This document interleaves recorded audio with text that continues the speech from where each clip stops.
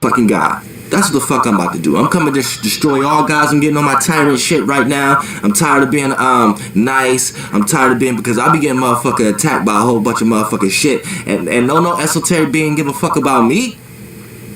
Especially with the fucking power I'm carrying. And also, like I said, I want to tell people, I believe me, I appreciate all the support everyone is giving me on health and things of that nature. But I must tell you that I'm slowly transforming from a carbon being to a crystal being.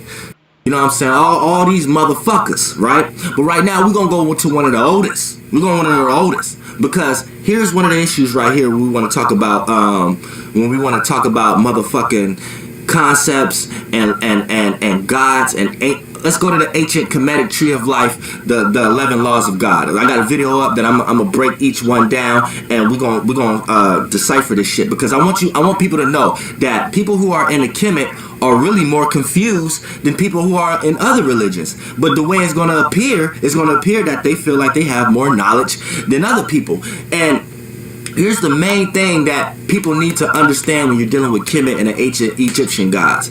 Look, every civilization is the same. Either they're stupid or smart. There's no civilization smarter than the other. The only difference is the civilization. So the way we are as the way people are here in this civilization and able to utilize the earth now is the same way they was doing in that civilization. The only difference is the tools that they was working with. Now back then they was more nature based and more and they put more of their focus and energy, and they paid more attention to like sunlight and regular nature shit than opposed to now we're not paying so much attention to that, but we're using the same sciences, the same knowledges. No civilization was smarter. It's just the ideas that they was coming up with was different based upon what they was focusing on. And since back then they had less technology to work with and more of nature to work with, then that was more of their focus. So more of their energy is going to seem perceived. But when but the main thing right here why I say people who are in the Kemit are confused, because what they fail to realize is Kemit and people and these ancient gods or things in this civilization, they was the first ones to create the concept of worshiping something outside of you. They was the first ones to create the concept of giving your energy and giving your praise and worship to an external person, place, or thing, something outside of you. So this is the confusion, because they was confused the same way we was confused. It's just we have to understand the civilization and understand the confusion between the right and left brain. So the way they was confused back then is different than the way you was confused, but it was still the same confusion. You see what I'm saying? Now me, I lived through all civilizations. Just because I call myself the Archangel Uriel, that's because I'm carrying the energy frequency of Uriel and all the energy and the baggage that's carrying in this frequency. But it wasn't always named that. It wasn't always in that.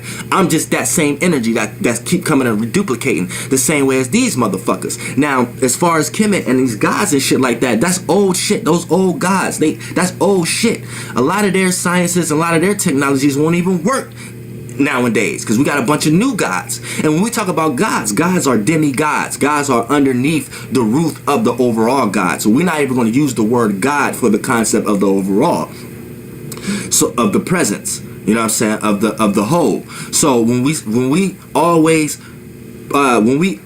only human concept of God is a demigod.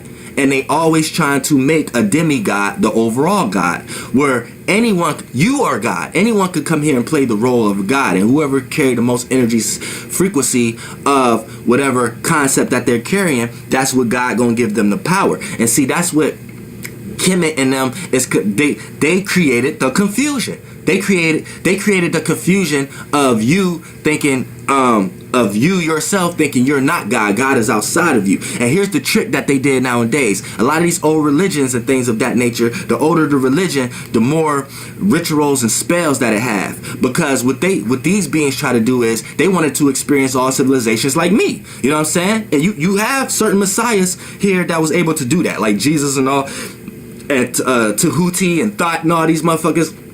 All these motherfuckers created sigils and rituals and shit for they can come back and experience all civilizations and still kick their old science shit. But the older, the longer, the more experienced the universe go, and the more future it is, the less their energy that they're gonna have. So they're gonna create more bigger spells each civilization. So if back in Kemit, say Thought created a concept, right? This concept is going to be able to bring him back in a civilization, because the next civilization is going to want to look towards the previous civilization to see what they know. And if they start to figure out and understand and learn about the shit that the previous civilization was wrote, then the previous civilization beings that actually created the concept actually know how to utilize that energy and be able to experience this realm of reality. Because back then they was putting their energy into nature, into sunlight, into the real frequencies. So this what makes them a little bit more better than the people nowadays. But the way civilization do it nowadays, they got their way of doing it. Now the person who created the internet and this, that, and the third,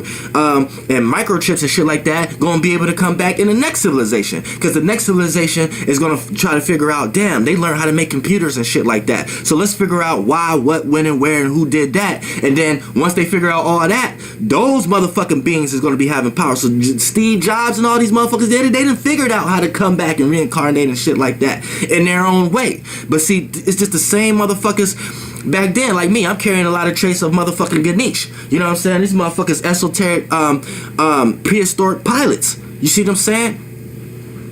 So all I'm doing now is doing that in this civilization. So instead of back then, now we're just doing it in planes. We're doing it with airplanes, and we're doing it with spaceships or satellites and things of that nature to receive certain information to certain other. You know what I'm saying? But back then, we did it in a more natural, less dense way. See, that's all it is about. So you have a bunch of old motherfucking gods who's trying to come back and recreate themselves in every civilization to make sure they make themselves more powerful. So if you got the nigga Thought who came up with certain sigils, then you got the future civilization who start getting into Kemit and thinking it's something special. Boom. Then they hold Thought up to the whole through the shit. Now he got a bigger orb. Now he got a bigger energy. Now he's able to express himself in that civilization and come back stronger. Then the people he worked through in that civilization, certain messiahs that he may pick, he may use them to carry out more rituals and more shit to make the energy wave even bigger for the next civilization, and this nigga could come back stronger to the point that this nigga end up being like, you know what I'm saying, like it is God or some shit like that. And that motherfucker ain't shit. But we're gonna get into these motherfuckers. Ancient Kemet gods, because a lot of y'all motherfuckers is to blame for a lot of confusion amongst the right and left brain with these other motherfucker religions out here nowadays. Let's get into this motherfucking shit. Pause. Pause. Now, if you don't know who this is a not just an astrologer, a very wise brother. He's on YouTube. His name, his channel is called Doelow the Pilotman. You know what I'm saying? A lot of people who subscribe to my channel will see in the YouTube suggestion that we are in the same type of algorithm, and then like we give astrology stuff like that. Also like Rabina Rastaman is another. She's astrologer, but it's not just astrology. There's a lot of different wisdom that they give. You see what I'm saying? Now, the name of my channel is called Arset McChristian Thomas. Now, you gotta understand, my name is K-Blao. You see what I'm saying? I go by my real name is Malik. You see what I'm saying? But as far as online, you know what I'm saying, when I do entertainment, my stage name is K-Blao, which is like, it really means purpose. But that's a whole nother video. You see what I'm saying? But the name Arset McChristian Thomas is the name of this channel. And the reason it's called this channel is because when me and Poe started creating what's called the Hood X Lit, which I highly suggest everybody who follow my page go read the lit, is we channeled it through the name Arset McChristian Thomas, because basically his last name is McChristian, my last name is Thomas, and Arset was like our daughter basically. And we used the name Arset because this is the ninth sphere of Kemetics, which is basically like the voice of reason, the voice that's calling the people to consciousness. It's the Aset in Kemetics is the woman that was the wife of Asar who put the pieces back together. Like Set, his brother, cut him up into pieces and mutilated the pieces, and then she was the one that came and put the pieces back together. So that's the energy that this channel is giving off, and that like people have been fragmented, people have been cut up, people have been abused, led astray, you know what I'm saying, bamboozled, run them up, you know. And so Aset is the energy that puts the pieces back together, makes you whole again. You know what I'm saying? That's why this channel is called Aset McChrystal Thomas. Now, Aset is a Kemetic concept. So when you got Doelow on here, Flight Boss, talking about fuck Kemit, Maat is an old bitch. That shit grabbed my attention quickly. I'm subscribed to this channel. You know what I'm saying? Mind you, that shit grabbed my attention quickly. So I was like, oh shit. Now mind you, he's an Aries, so I already kind of seen already. I was like, okay, you know, he be with the shit. They be on that shit. You see what I'm saying? So I'm watching the video and I'm listening to him explain why he's saying these things. You see what I'm saying? And some of the things he was saying in this video, like I said, some things I agree with and some things I don't agree with. Now I don't watch the show American Gods. I've never watched it. I probably should. You know what I'm saying? But it seems from the things I've heard about this show, it seems like some of these concepts might be coming from American Gods. And it's like gods warring with each other in today's age, and people are trying to, you know, implement their energy onto the planet. You know what I'm saying? Like I said, I'm not sure if that's what inspired that video or not. But what I've learned more than anything listening to what he was saying is that he does not have a clear distinction of Kemetics. And a lot of people do not have a clear distinction, concrete understanding of Kemetics. And this is why it's so important, like, where you get your information from. Because the guy who explained Kemetics to me was a guy named Pomo. You see what I'm saying? And when he explained it to me, it just hit home so hard that, like, when I got home and I started researching this on the internet, I could find nothing. Nothing. Like, I was Googling the same words, the same laws. It was like, but his interpretation was literally the best interpretation I've ever heard to this day. It was literally the best interpretation of Kemetics I've ever heard. Now, the other interpretations I've heard, they add on to it, you know what I'm saying? It helps fine tune it, but it is not concrete in that, like, me from Chicago, me living in what we call Hood X, moving from hood to hood, understanding chaos. Like in the hood, you dealing with chaos. It's a lot of chaos that do not have a name. But you see these patterns. You see what I'm saying? But like he said, the English language only has 26 letters and 9 numbers. So it's a bastard language. The English language is a bastard language. It's like a business language. The syntax don't hold the right weight of the symbols that's in your head. Like when you look at like A, B, C, D, E, F, G, H, I, J, K, L, M, N, O, P, Q, R, S, T, U, V, W, X, Y, Z. That shit don't hold the weight that symbols, you look at hieroglyphics, the things they was writing back then, it's a much more powerful impact. It's like the same thing that Twitter and Facebook has learned. The more pictures you share, like I said, pictures worth 1,000 words. Well, this is what Kemetics mastered from the beginning. So when you take that away and you give this vessel a bastard language, there's going to be exactly what he was describing in the video. There's going to be certain things going to get lost in translation because you're not using the right vocabulary. You're not using the right syntax to explain what the fuck the true meaning of the shit is. I hope y'all can still hear me because the signal's fucking up. You see what I'm saying? But, for example, I don't know if you ever seen like a black man with an English accent. Or like even me. Sometimes people hear me talk. You know what I'm saying? I'll give a couple examples. Like a lot of black astrologers, men, kind of sound like faggots. You see what I'm saying? So like, even me, like you might hear like some people watch astrology, you look at certain mannerisms, the way people talk. Like a lot of black men who do astrology sound feminine. You see what I'm saying? So, but that don't mean that they faggots per se. You see what I'm saying?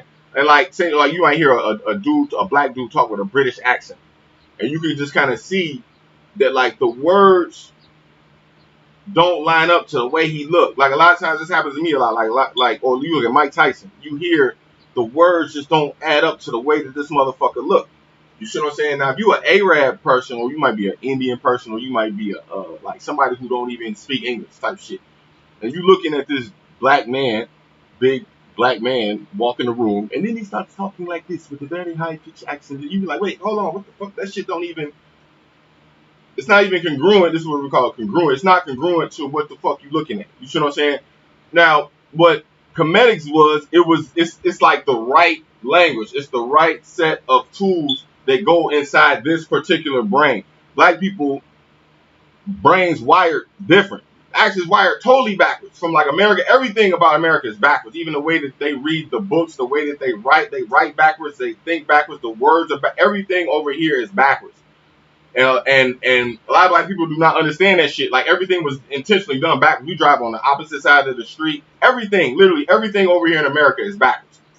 So including the syntax, even like when you conjugate certain words, like you listen to certain words in Spanish, they say the shit backwards. Like my phone. You see what I'm saying? Or like what's some shit? Like I've seen it. Like like they say the White House. Like we say the White House. They'll say some shit like Casablanca. You see what I'm saying? It's like House White. You see what I'm saying? That's just one example. Like there's so many examples of how the English language actually flows backwards through the mind. We write it backwards, everything. So it's not the right chip that's going in this computer. It's like if you had a motherfucking like the fastest computer in the world and then they give you a bullshit chip and put it inside it. It's not going to fucking operate the way it needs to operate. Comedics gives you the beginning of knowledge. It's like 1, 2, 3, 4, 5, 6, 7, 8, 9. 1 means this, 2 means this, 3 means this, 4 means this, 5 means this. Now it is very hard to find a real interpretation of comedics. It's just like if you go online and look up Superman or you go look up Batman. What you're gonna find is like pictures of Ben Affleck, or you might find pictures of Christian Bale, or you might find what's the guy's name? I think his name is Mark Cavill, the guy who's playing Superman now. You're gonna find less and less pictures of Christopher Reeves because this was like fucking 20, almost 30 years ago. You see what I'm saying?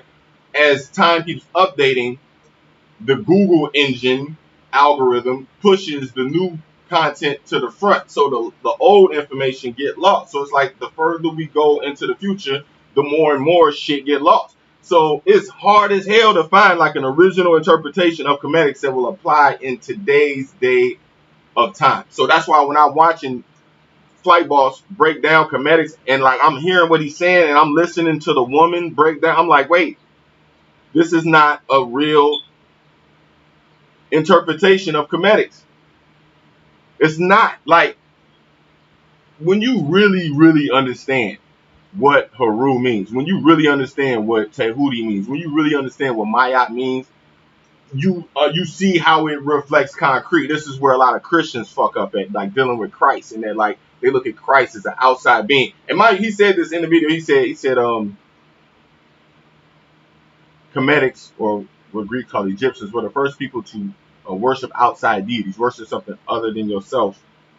Looking outside to yourself. Now, human nature tells you that, like, when you're a baby, looking at your mom, you're looking at your parents, you are depending on something outside of yourself. Like, you're not born into this world able to eat, able to feed yourself, clothe yourself, bathe yourself. There is a rank to things. There's a chain of command.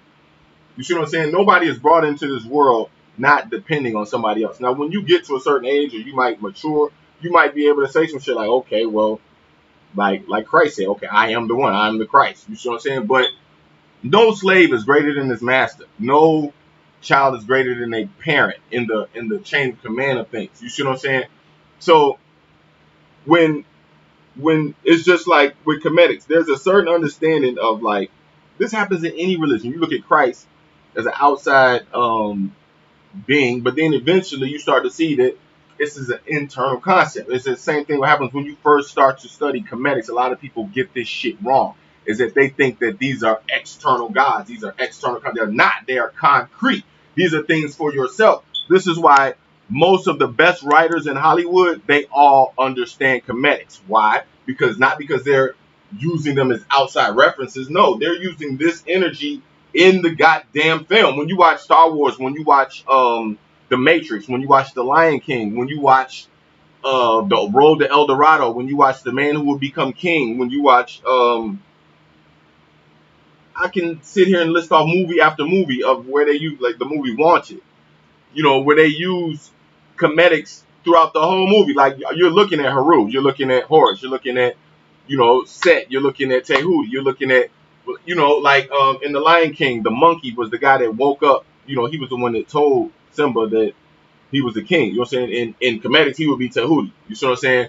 If you watch the movie Wanted, you can look at Morgan Freeman's character. He was the guy that told the guy that his father had died, and that he was, the son of the father, and he was going to resurrect and This is all fucking. It's literally the same movie. You look at Star Wars, the same shit. His father, he quote unquote died, went over to the dark side. The son had to come resurrect and bring balance to the empire. You know what I'm saying? All of these movies are the same fucking movie over and over again, and because the writers understand comedics. You know what I'm saying? But a lot of comedics, even they understand is this Greek interpretation, which is actually Egyptian. It's not real. Even it's not that shit ain't even real. 9 times out of 10. You see what I'm saying? When you dealing with concepts of resurrection in a movie like motherfuckers dying, coming back from the dead, time traveling, all of these concepts come from comedics, and these are not meant for you to be sitting around worshiping them like pictures on a fucking wall. It's like, no, these are resources that you should use. So when you're doing your creativity, make sure your creativity flows in this direction because it flows parallel to the true subconscious of people. This is why when I talk, people be like, God damn, how the fuck did he know exactly what word to use in situations? Because this is what comedics do. It gives you the symbols. You see what I'm saying? So like, just like when you first start studying 7 chakras, you know what I'm saying? You understand the first chakra is red. You know what I'm saying? You say, okay, what does the red chakra mean? Well, you're kind of describing the energy of red. But like if you was blind and you couldn't see no colors and somebody said, that's red. And now you've never seen a color in your life. And you'd be like, well, describe red. What does it mean? Like, I can't see color. I can't see anything. What is red? So you kind of describe the energy of red. It's passion. It's like, um, it's from a chakra, from the chakra standpoint, it's like it's the root, it's the ground, it's like it's literally like if you close your eyes and look up at the sun and close your eyes, you're gonna see red like coming through your eyelids. You know what I'm saying? And it's literally like the beginning. It's like when a child, it's almost in a childlike state. It's like you can't fully move. It's like it's the urge to want to move, but really can't. It's like, okay, I want to eat, I want to sleep, I want to relax, I want to, you know what I'm saying, lay up and hug onto somebody, and all, what they call it, spooning or fucking snuggle against, you know what I'm saying? It's like your root chakra. You see what I'm saying? But all you're really doing is describing an energy about a fucking, it's a symbol. You see what I'm saying? So, but the more words that you can attach onto that symbol, the more you're gonna see it play out on a day-to-day basis. You see what I'm saying? So you like, okay, what's the third chakra? The fourth chakra. Fourth chakra is love. It's the green chakra. It's the heart. It's love. It's unconditional love. It's being peaceful. The balance between the higher self and the lower self. So it's like not being too esoteric, not being too airy in your understanding of the sciences. You know what I'm saying? It's actually grounding that energy as well. It's also grounding your lower energy. It's like, okay, well, I don't need to, I'm in a relationship, but once you start to move past the lust and the sex, and you start thinking about a family, you start thinking about, possibly getting married, you start thinking about, you know what I'm saying, the bigger picture of how you fit into a family structure and your grandfather and your father, like, you start to see this is just bigger than myself, and then like, self-sacrifice and things like that. And Jews they have a verse called chesed, which is like your parents die, you go visit your parents at the grave, even though they can't physically see you, it's still a part of you. It's inside of you. You go visit your parents in the grave, or you might donate money to charities and shit like this. Like, you know what I'm saying? This is the fourth chakra. So now, can you see the fourth chakra? No. Are you supposed to worship the fourth chakra? No. But the more you understand the words that's associated with that idea, with that energy, you see it play out on a day-to-day basis. So you're able to, when you see somebody demonstrate the third chakra, you might say, wow, you just demonstrated the third chakra. They might not know what the fuck you talking about. They like, what the fuck is that? You like, well, you just demonstrated love. You just demonstrated unconditional love. This is the third chakra. Now that person becomes a reference point in your mind. What it is that they did is going to burn itself into your subconscious. So you're going to use that as an example later on. Okay, like when I demonstrate the fourth chakra, I have that as an example. I have that as an example. You might eventually get 4, 5, 6 different examples of, okay, wow, this is somebody demonstrating from my standpoint what the fourth chakra is unconditional love. So you start to do these things. So say, now, are you worshiping the person that showed you this? No, you're using them as a reference point. But in the beginning, you almost like a student, and that you might be asking them questions. Well, why did you do that? What made you think this? And like, that's what me is impressed. I ask questions, and people be looking at me like, what? All I did was give this man some fucking food. And they're like, no, but why did you do this? This is some crazy shit. Like, a lot of times I overthink shit because I'm trying to get into the energy of that chakra. Does this mean I worship that chakra? No. But again, the more you associate words to symbols, when you see the symbols play out, you'll have a fucking huge line of vocabulary to explain something. And this is what you get when you fuck with my channel. Is that like I look at symbols and I try to associate as many words, as many situations I've seen, as many, whether it's film, whether it's a song, whether it's real life. I associate as many words as I can to this energy and place it in myself. You know what I'm saying? This concept all stemmed from Kemit, in that like what Amen Ra is like Voltron, which is like all 10, it's like Power Rangers. So you see all the Power Rangers come into one Megazord. This is what Amen Ra was. So they give you 9 deities. It's Asar, Tehuti, Sakur, Mayat, um, Het Heru, then Haru Kahuti, Sobek, Aset. And then you got Geb, which is 10. So, but it's really only 9. You see what I'm saying? But when you put them all together, you get the best interpretation of God you're gonna get. Now I hope you're gonna say something. I'm gonna play some more of this video. You see what I'm saying? But I want you to understand that like he's gonna say something in here to the point that like all law and God are 2 different things. You see what I'm saying? And that the law itself is not God. And a lot of people get lost in that, trying to explain God's law, that they think that's God and it's not.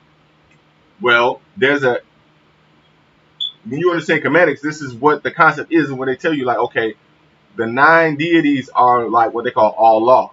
But when you put them all together, you're gonna get like a very close interpretation of God, basically. Like you are as a God. Like you know what I'm saying. This is what he was missing. This is what it's kind of like. This is what was missing from that whole video. And then like there's a lot of things he's saying in there, but he's not using the right channels to get to that thought. He's skipping through the disc to get to, you watch a movie, you fast forward, and just to get to the point where you become all of the gods. It's like, no, you left out the parts, the most important parts that like, if you go through these laws, you will become exactly what the goal of what he's trying to tell you is, that you will become your own God. You will be the ultimate creator in your own universe.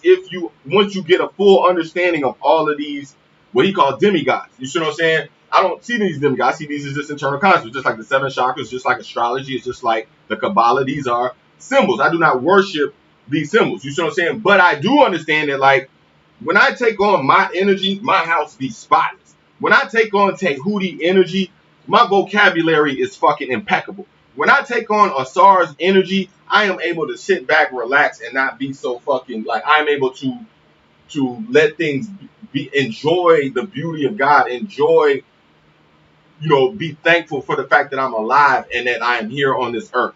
You know what I'm saying? As an Aquarius, sometimes this is very difficult to do that. But when I take on Asarian energy, I'm able to sit back, have a good time with my kids, have a good time with my family, and just sit back and not worry about all the other shit. When I take on Sakur energy, I'm very in sync with the way time travels. And then like I understand 1 o'clock, 2 o'clock, 3 o'clock, 4 o'clock, 5 o'clock, 6 o'clock, and the energies associated to each one of these times. And not just the time, also time on a watch, but also time in conjunction with astrology. And that like right now we're in Leo season, which is why it didn't surprise me that Flight Boss put out a video like this in Leo season, because it's like the fire is, everybody is fucking going hard right now because it's Leo season. So this is all Sakur. When I channel Sakur energy, I'm very in sync with the laws of time. When I channel Het Haru energy, I'm able to understand that I'm a force of God's will. Like the interpretation told me, you got 2 teams praying to God. They about to play in the championship. They're going for the ultimate prize, the trophy, whatever it is. And they both praying to the same God, but only one of these teams is really gonna win. So, and the team that wins, they had what's called Het Haru, which was like the will of God. It was like, when you kind of look at birds fly, it's not really their choice. It's like the will of God. God is kind of writing. You know what I'm saying? So like when I channel Het Haru energy, I can feel like it's kind of like when I'm in my car driving, you know what I'm saying, being led to a path. Like subconsciously, when you get in your car and drive somewhere, you don't really have to, especially when you're driving home. That's some people who drive home drunk as fuck. They don't even remember how the fuck they got home and they drove home drunk, because like that's Het Haru. That's like your subconscious just leading you to where the fuck you need to be. You see what I'm saying? So like when I channel Haru, a lot of times I don't even have to think. Like shit just automatically plays out. My day just automatically unfolds. Haru, when I channel Haru's energy, you see what I'm saying? It's when I take losses, a lot of people don't like Big Sean say last night I took an L, but tonight I bounced back. Haru is the ability to bounce back quick as fuck. You see what I'm saying? When I channel Haru energy, I'm able to bounce back. When I channel Haru Kahudi, which is law number 7, when I channel that energy, I got supreme imagination, which activation of the imagination, which means like the people who subscribe to my channel, when I talk to you, you can see movies play out in your fucking head. Like the words that I'm choosing make a whole movie play out in your fucking head. Like you see what I'm saying? This is supreme imagination, supreme activation, supreme belief, power of belief of my imagination. And then like I don't need to actually make a movie. I can sit here and tell you a story and you will feel like you watched the movie just as if I showed you the shit. This is law number 7. Law number 8 is so back, which is as above, so below, which are like the internal and the external, or the in and out, or the yin and yang. It's like this is where a lot of Pisces get stuck at. Is that like the unseen and the seen, and then like things from the unseen crossing over into the seen. Like when you watch a football team huddle up and they say, okay, we're gonna play blue 42 3-1. They be like, okay, break, and then they all break out and say hike, and then they run the play, and everybody fucking switches and run the way that they supposed to run. This is so back. It's like the unseen becoming the seen, or like if you see somebody on the phone walking around and they on the phone and motherfuckers say some shit like turn left, and then they turn left, and they say turn right, and then they turn right. Like this is the unseen becoming, locking yourself into the physical world and becoming the seen. It's the words, or you tell a dog to sit. The dog don't know what sit mean, but he sit. It's like the unseen controlling the seen.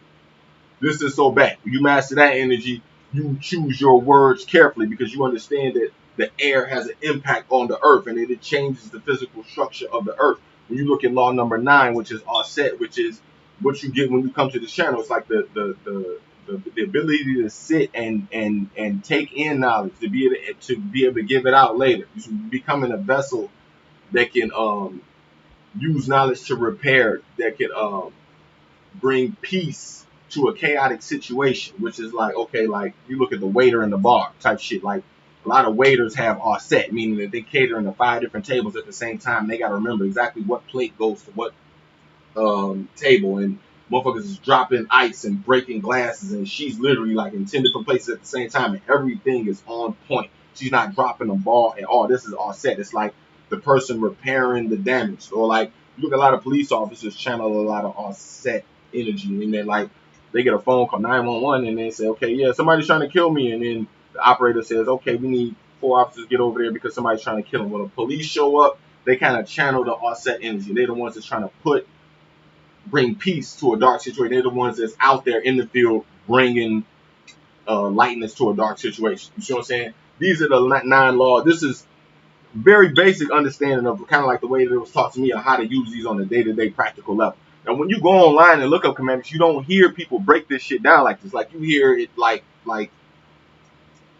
it's like motherfuckers saying Ben Affleck is Batman. You know what I'm saying? Like Ben Affleck is not fucking Batman. Batman is Batman. Like this is an actor that played Batman. It's not the real shit. And that like there's hella actors that played Batman, but that's not who Batman is. And when you look at comedics, it's literally the same shit. Like you cannot depend on the online interpretations to give you the true definition of what these are, because they're concrete reference points. I can only tell you my testimony of what the fuck these are. It's not going to tell you what it really is. So when you listen to him talk, just know that like it's not. It's like somebody who just kind of found out what comedics was and didn't really go through the day-to-day things that make the shit real. It's like explaining to you how to do magic. Like if I made a fucking, I don't know, like if I took this like this, right, and then I put it in my hand and went like this and made it fucking disappear, you would think that, oh shit, but if I showed you, all I did was really just drop the shit. I went like this and just drop the shit right on my fucking thing. You know what I'm saying? You do it fast enough, you're going to think that the shit really disappeared. But like, that's kind of like, you didn't really appreciate the trick because I showed you how I did it, like quick as fuck. Like that's why they say a good magician never reveals the tricks, because like even when you tell somebody, they're gonna be like, it's gonna make the trick look cheap. You see what I'm saying?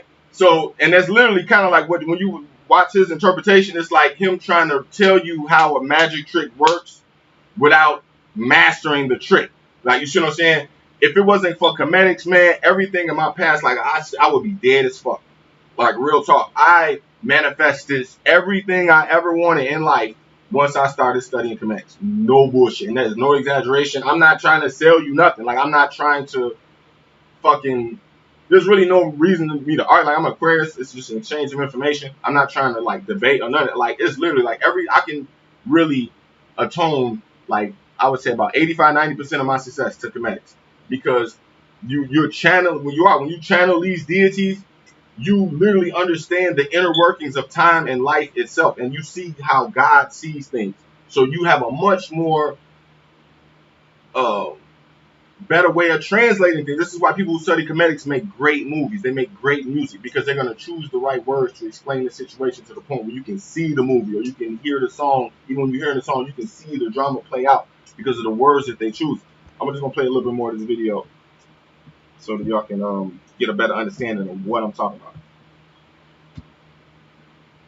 11 laws of God. 11 laws. Now, what the fuck is a law? A law is a motherfucker Allah with a coinky, right? Allah, which means all law. And humans still dumb as fuck trying to make all law an actual one being.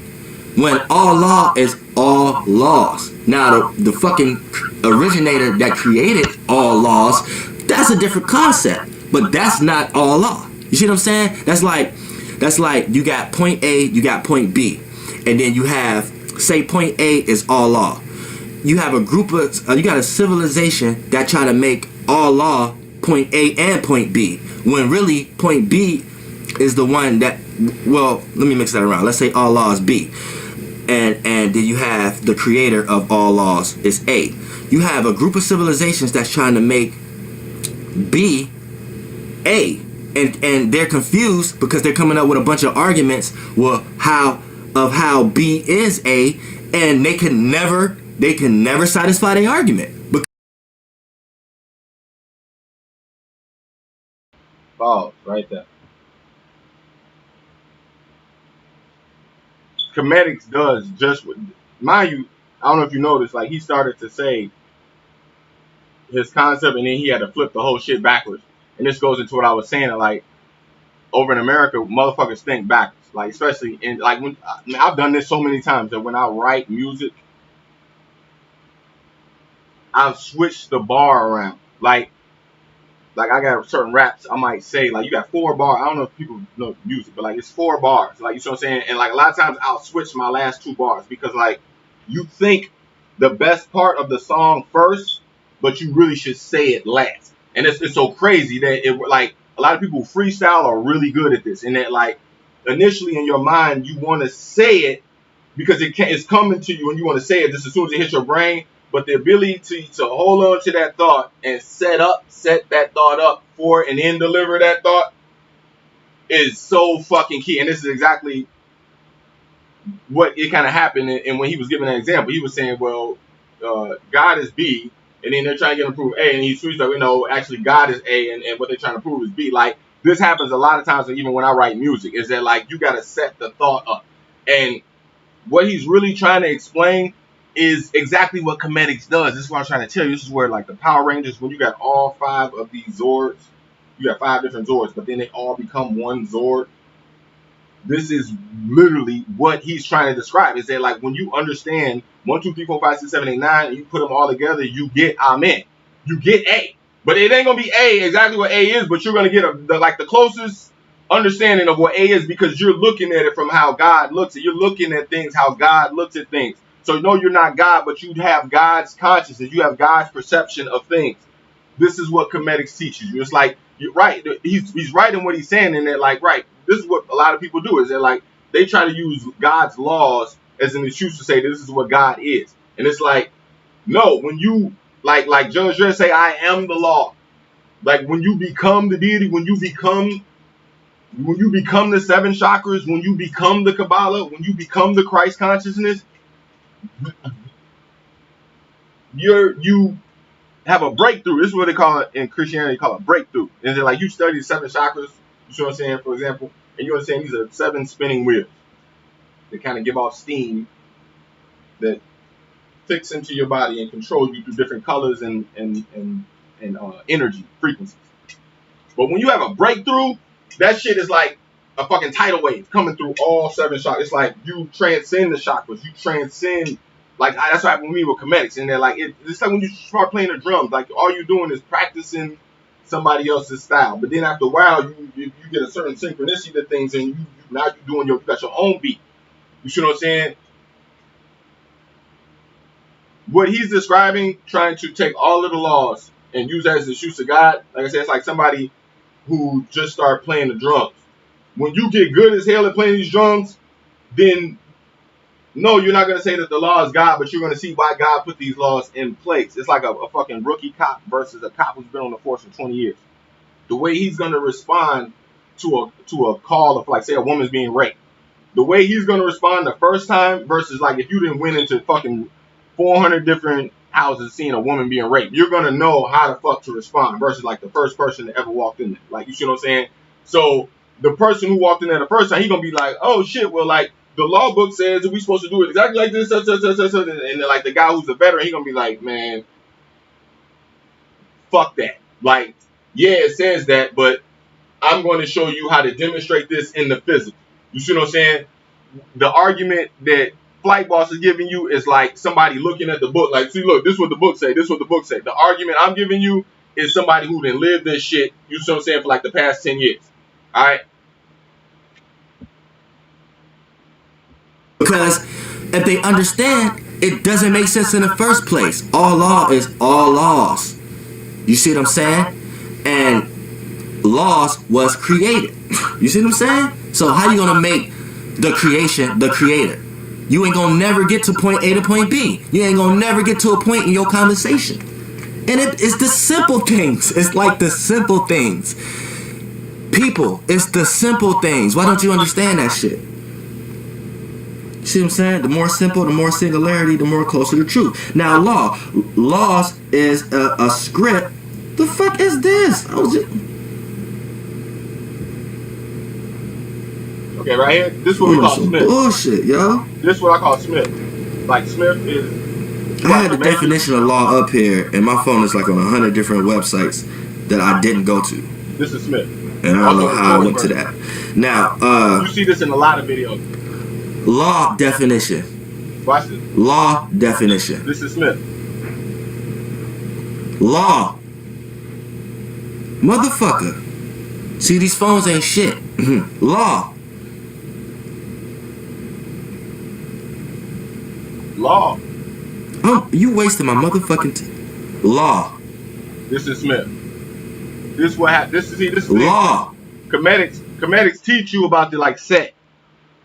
Like, even me putting out a video like this, I kind of expect the bullshit. Like, I didn't even expect it was gonna flow this smooth. But because I understand Smith so good, I've done so many things to prepare, like be ready for, you see what I'm saying, for shit like that. Like, you see what I'm saying? Like, I had this video already kind of up there. Like, in my, I deal, like, you watch some of my videos, I deal with Smith a little bit, but like, you don't see it like that, where it's like, fuck.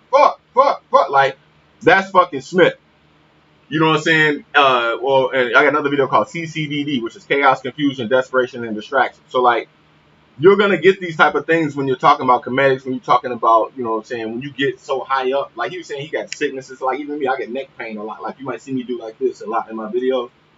Because I suffer from constant neck pain right here. You know what I'm saying? It's actually fucking up the nerves in my hand. You see what I'm saying? Because when you, and like he said, he suffers from what he believes is stomach ulcers. Like, because you get sick, when you start to crystallize, when you start to transcend up in the other dimensions, you do. Like, your physical body is not supposed to be in that frequency. You know what I'm saying? So it's gonna take a toll on your body.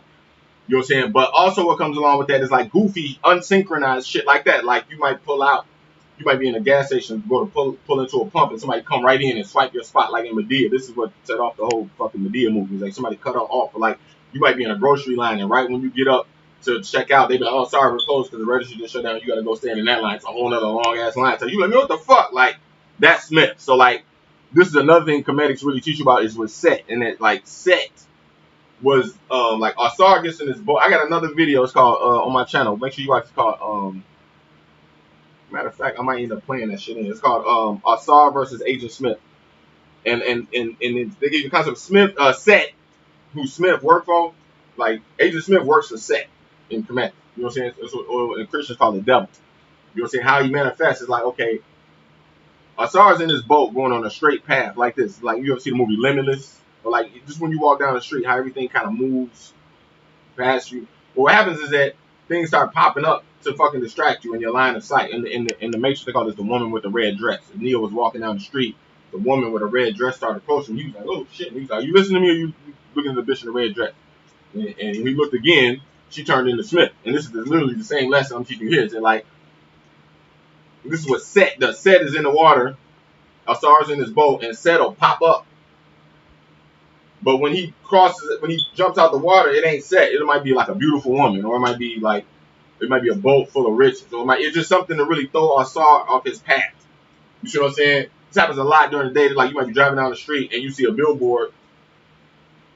I don't know, it says something like fucking free porno movies. So, you know what I'm saying? You be like, oh shit, sure, where? You know, you might pull over and go see what the fuck is going on. Or like, you might see some shit that, like, you might be driving down the street and you see a guy selling peanuts on the street, you know, and he might sell you some peanuts, and then y'all get to talking about things of life and spirituality and all. You need to do this, and then you end up sitting there for 30, 45 minutes or an hour. Well, guess what? That was Set. He just took you off your fucking path. You know what I'm saying? So, comedics teach you to look for these type of things. You see what I'm saying? Before it even kick off. You see what I'm saying? So like me sitting there watching this video, understanding comedics, I understand exactly why he's saying law, and it's not coming up in his phone. Like me, I'm gonna have a definition for that. It's not going to be like an ungrounded coincidence of like so like no, that's Smith. So that's basically what I'm trying to explain. Let me get back to this. Law. Fucking shit, wasting my motherfucking time, yo. A law is a system of rules that are created to enforce. That's what a law is. A law is a system of rules created to enforce. So anytime you hear anything about a law, or whatever like that, that's somebody's trying to enforce. Anytime somebody's trying to enforce, they have an agenda. Anytime somebody have an agenda, it ain't motherfucking right. What the fuck do a supreme being need an agenda for? Let's get into this motherfucking shit. Now, what's the... Alright, what's the zero law? Law, amen. Of Amen. You were made in the likeness of a peace that nothing can disturb. Reclaim your peace that you may attain to your reason for coming into existence. Law, amen. That's not even a law. Right, so don't even give amen no motherfucking power. I know there's a lot of religions out here that like to say amen, amen. You know what I'm saying? If you are a man, you a faggot, and if you a female, you're gonna be easily deceived by a lot of men in your life, carrying this energy. You see what I'm saying? Like it doesn't even matter. You could be the strongest. You could be the strongest woman in the world. If you into a religion that always calls you to say amen, amen, you're devaluing yourself without even knowing it. You could be the strongest woman in the world, pushing women empowerment.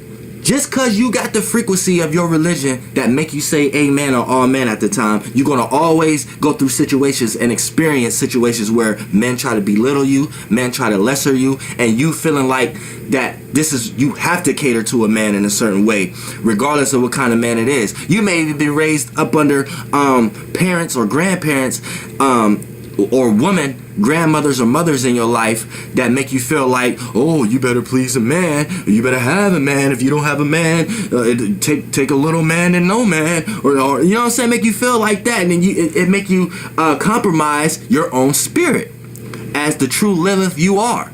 You know what I'm saying? You see what I'm saying? Don't let no motherfucking spiritual nature out here do that. I don't give a fuck if it's a motherfucking person that you respect, and since you respect them and you understand the things that they're into and they're heavy into Kemit and this religion and shit like that, fuck that. Take your motherfucking power back.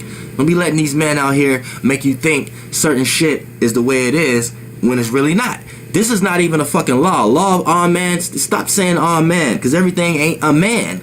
You know what I'm saying? It take a woman to even fucking create. So we want to say, oh man, you can say man, woman, whatever like that, but that's still fleshly nature. That's a flesh.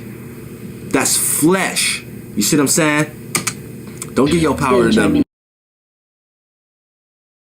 Paul, I just want to say, a lot of truth in what he's saying. You're dealing with female empowerment, shit like that. But that's not what Amen is. Like, Amen it really means the hidden one. Amen is hidden, which means it's like you said, it's something you can never really see. Korn has a song called "Got the Light," where they really explain this really good. It's telling me, it says, God paged me, said you'll never see the light you want to see. God told me you've already got the light. Oh, I say. It's basically saying the word Amen is hidden in the word testament. If you look at testament, Amen is hidden right in the middle. So it's literally the testimony that you're giving is God, per se. It's like God is hidden in this testament. The stories that are told, the drama that unfolds, that's God. Like, this Pisces get this, I think, more than any other sign, that the unseen, how it becomes the seen, and how words are used to explain the unseen in a way that makes it just as real as if you looked at it yourself. You know what I'm saying? Also, too, the word woman has the word man in it. So to go really hard on the word amen, and using it as a word that says man in it, well, the word amen is not an English word per se. This is a word that's been around since the beginning of time. The word man stemmed from amen, not vice versa. So the word woman has the word man in it as well. So, like, I think it'd be a much more appropriate argument if you were saying what he was saying, to apply it toward the word woman more so than amen, because amen is one of the oldest words in the English language, and men, the word man, is something that was created, through the English language, which was literally like the last language that was created. It's based off certain things, like Latin and things like that. You know what I'm saying? But really, amen is not really speaking of all men per se. It's really telling you that God is hidden, and hidden in the testaments, or hidden in the stories, or hidden in the interpretations of um, the laws. And it's so crazy that everything he said right before he started to break that down is exactly what Allah really means. Is that, like, it's taking all of these principles and making it into one deity. Like, you see what I'm saying? Where it's like God's perception, seeing things how God sees things. You see what I'm saying? Let me get back to it. To know man. Number 1, law of Asar. Your nature is an unconquerable peace. Therefore, nothing or no one in the world can be against you. Boom. This is not a law. See, now, so every time you feel like this is a law, you're being constructed by Asar. So now Asar rules you, right? Asar. And Asar, what the fuck is an Asar? It ain't shit. You see what I'm saying? It's a group of letters put together that's going to mean a certain thing that's going to attack your ass. And it's saying, okay, your nature. So what's natural to you is an unconquerable peace. It's like a peace, which is true. This is true. But you don't need Asar to know that. This is things that we already know. You know what I'm saying? So when you have a bunch of people saying, oh, you need to know the law of Asar or whatever like that, who the fuck is Asar? Fuck that motherfucker. Who the fuck gave that motherfucker the power to know to know that your peace was unconquerable? You already knew that fucking shit. You already God. You see what I'm saying? You already a piece of God. Why did somebody have to tell you who you are? You see what's gonna fucking happen? This is what's gonna happen. And this is what's been happening to civilizations. They're gonna, if you go through Kemit, right? They're gonna reawake you and make you think this is who you are, right? They're gonna make you think this is who you are. Then, at the end of the day, you're not even you no more. You're Asar. You know what I'm saying? Because you gave all your energy and power to that. Because you think that was reawoken you to think that's who you are. And really, that was the ritual of taking yourself out of the equation and placing that being there. So now you think you are that being, and that being is laughing because now that's the energy frequency it needed to actually experience. So now every time you think your piece of yourself is and your nature is unconquerable, You're giving that energy and that thought to Asar. So Asar ends up being the only god, nature, that's unconquerable. And then you're going to witness a lot of situations where you're going to start to feel like you're being conquered, and you have to go back and pray to Asar or do some shit to feel unconquerable again. When really, you was unconquerable from the fucking start. You didn't need Asar. Get that motherfucker the fuck out of here. Fuck that nigga. Let that nigga disappear. That nigga just keep trying to come fucking back. Fuck that nigga. Experiences come to you. Pause.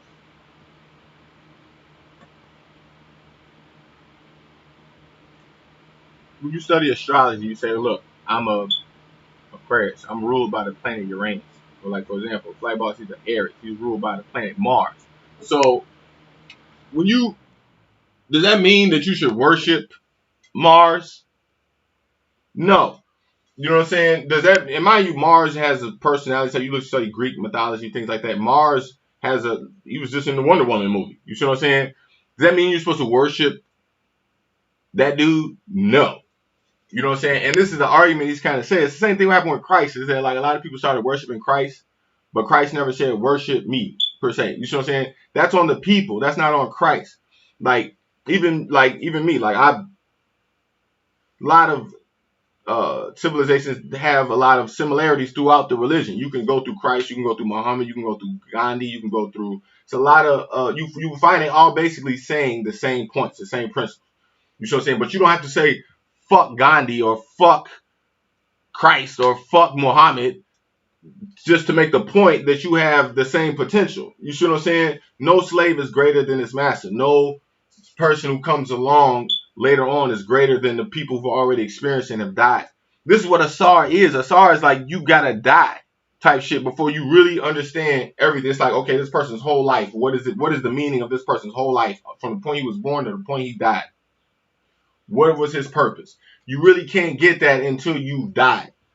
You know what I'm saying? But what Kemit teach you is that you ain't gotta die to get to that point. It's like you die before you die. This is what resurrection is. It's like, my friend Poe called an old man lit. If you was laying on your deathbed, thinking back on your life to this very moment right now, you know what I'm saying? How would you look at it? You know what I'm saying? Or like if you go back and look at a lot of arguments that you get into with people, and but you're looking at it from a standpoint, you was on your deathbed and you about to die in about 20 minutes.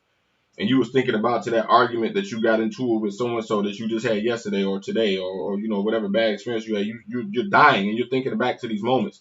Would you still play the position? Would you still play it the way you played it?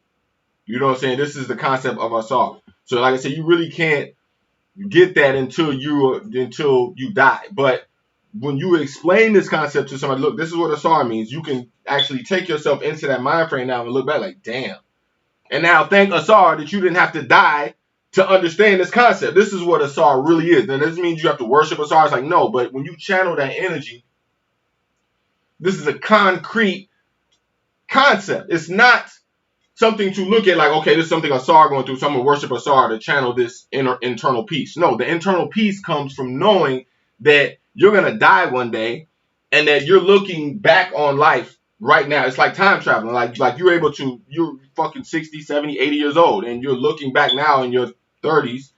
Like right now I'm in my 30s. You know what I'm saying? I can look at it. I can have a clear understanding because I've been having this thought running. Like to you, it might be a new concept. But like to me, I've been running off this concept for like the past 10 years. So you can imagine all type of drama I've avoided by having this frame of mind. Like, you see what I'm saying? And I'm literally time traveling. And then like the old me would have got into it type shit. Like I would have argued. I'd have been like, fuck, like, what the fuck is this? Why the fuck does this always keep happening to me? I'm tired of this. It's always happened in my life. I keep going through the same shit over and over again. Like, I don't have these type of moments no more because I understand Asar. And it's like, okay, time travel. Don't react the way you always react. Like, you see what I'm saying? This is what Asar gave me more than anything. Do I worship Asar? No. Do I think I am Asar? No. But I channel the Asarian energy. Like, you ever see X-Men Apocalypse? Well, Apocalypse was teaching the X-Men, you teach Magneto how to do more with their powers. Like they already had powers, but they didn't know they were masters of their powers. And like Apocalypse, what he did was like he showed them that their powers were way deeper than what they thought. You know what I'm saying? Now you imagine Apocalypse and you multiply his ass times 9. And this is literally what all 9 of these deities are doing. And like you say, okay, once you deal with all 9 of these deities, you are literally going to see the world from God's perspective. You know what I'm saying? But it starts with a SAR, knowing that death is certain. Like somebody got to die. Like if I tell you all these concepts right now, you know what I'm saying? And then you hear about somebody might pass, and they be like, man, we need you to come to this funeral. You know what I'm saying? When you go to the funeral, everything I'm saying in this video is gonna make way more sense. In that, like, you know, his life, the person who you're looking at, their life, you're gonna see the accumulation of their life. You're gonna see them surrounded by everybody who loved them, and they're gonna be like, man, let's put on this song. He would have liked this song, and I remember this story about him, and I remember this story, and they're gonna be telling these. So this is a song, you know what I'm saying? But this all is secretly written in the hand of God, and that like these testimonies that people are giving is really the same thing that happens when people are telling their stories about God. You see what I'm saying? And like somebody literally got to die for you really understand the concept of a Sar, because he was the one that died. When you look at the Lion King, he was represented by Mufasa. Mufasa was a Sar. Scar was Set. He was a jealous brother who killed him. You see what I'm saying? He was the one that died. He was the one that had to die in order for Simba to go through the drama for him to become the king. You see what I'm saying? And when Simba looked in the water, he saw his father speaking back to him. That was a Sar. That was the resurrection. That comes later on. You know what I'm saying? But like the real concept of a Sar is not required to be worshipped. Like you don't have to worship a Sar to really understand that concept. To promote your reclamation of peace. You don't need him. You don't need that nigga to reclaim what you already fucking got. Law Tahuti. Law Tahuti. Yeah, he's a famous motherfucker. When all of your thoughts, feelings, and actions reflect the Word of God, then the power of God's Spirit and a peace that nothing can challenge will flow through your being. What God? Now you got to explain that first. You know what I'm saying? Because look, second law of Tahuti, right? So these motherfuckers is already here. Same way like you already here in this civilization. They already. So this claim like you in that civilization. Think like that civilization is now, right? And we're just thinking the way that they're thinking right now. You wanna ask the same question people asking now that they was asking then. Nigga, what God you fucking talking about, nigga? So before we even break down to that being, they saying the law of Tahuti. So now this is Tahuti's law. This is something he created. So he's trying to make himself God now, right? And this is what he's saying. He say, when all of your thoughts and feelings, this the law of Tahuti. When all of your thoughts and feelings, and actions. So this is your frequency, vibration, and your energy. The nigga trying to take all of you. He trying to take all three of you. Nigga trying to take your spirit, soul, and your body. Your thoughts, feelings, and actions. Nigga trying to take your spirit, soul, and body. So he's trying to consume you, right? And now he's saying, when your thoughts, feelings, and actions, aka when your spirit, soul, and body reflect the Word of God. What God? So we got to keep going back to Tahuti off the bat to even know what God, right? When it reflects the Word of God and a peace. Hold on, okay. When your thoughts, feelings, and actions reflect the Word of God, then the power of God's Spirit and a peace that nothing can challenge will flow through you.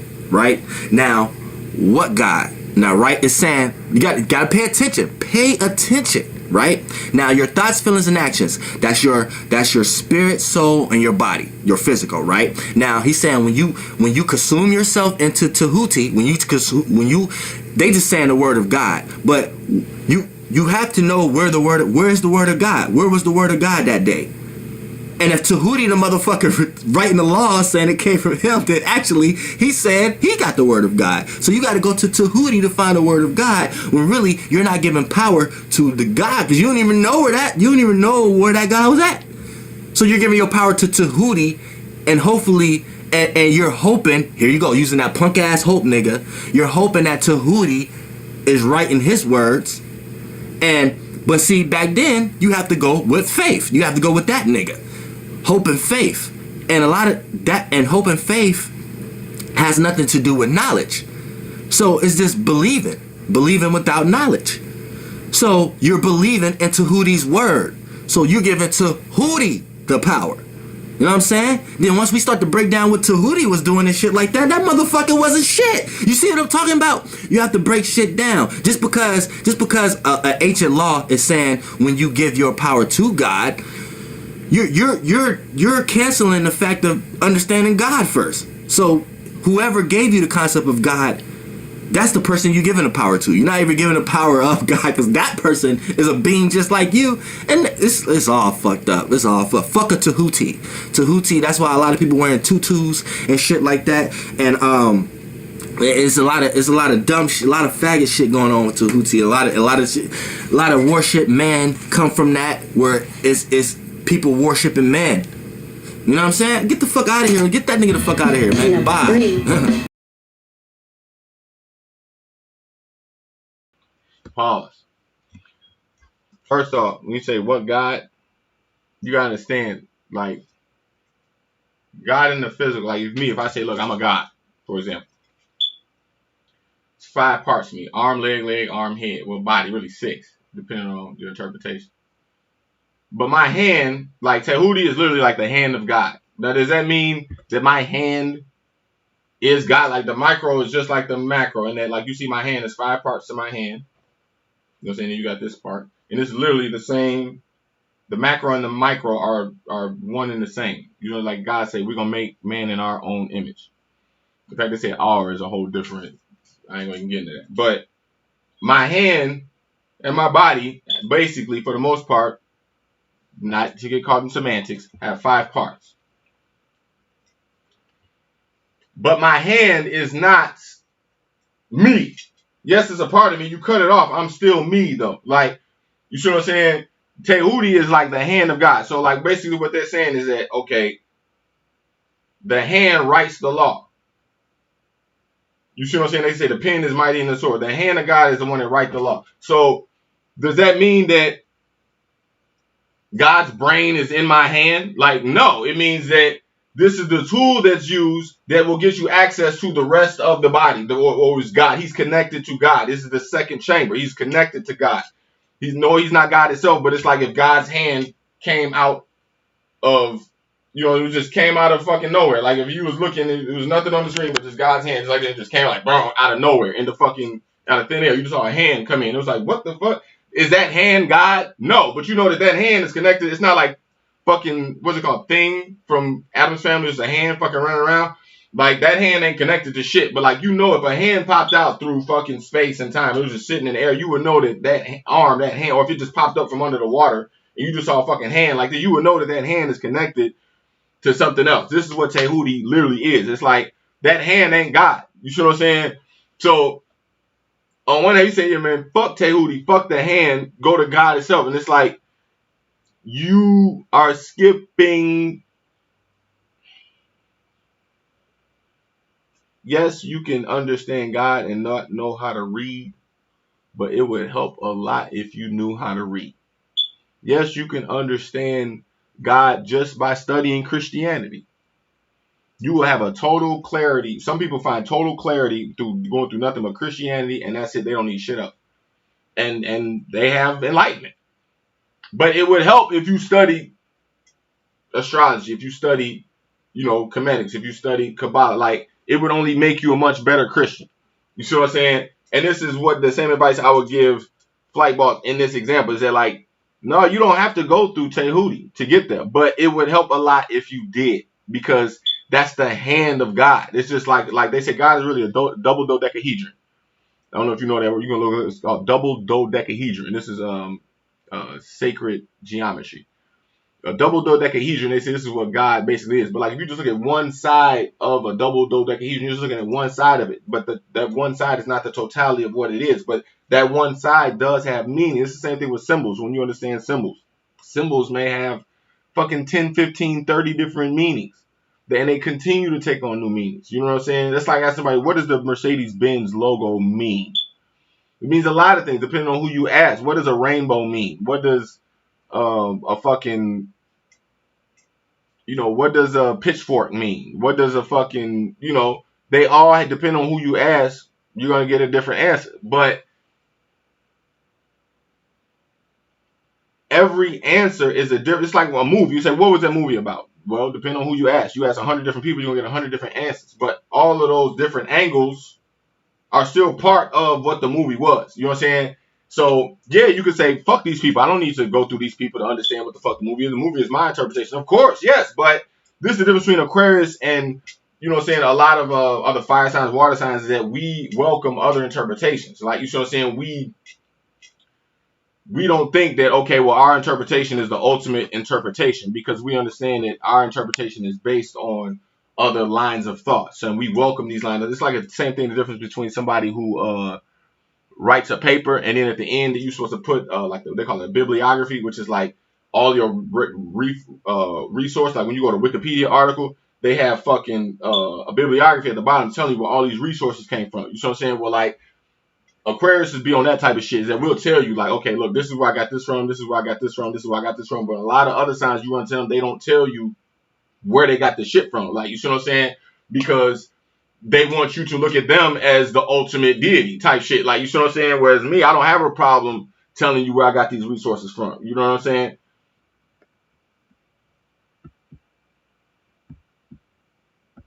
Love occur when The laws occur. Okay. the emotions of man manifest in response to the word of God. They have the power to influence the course of any and all events in the world. See, now these is my, that's just like, okay, that's just like me. I'm telling, like, I create something, right?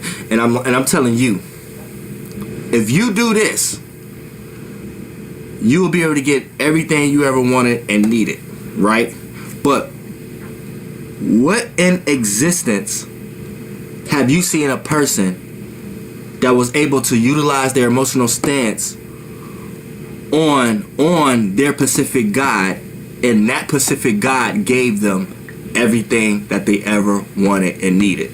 Remind you, we got examples of people on earth right now who so-called thought they got everything they wanted and needed and still felt like they didn't have everything they wanted and needed.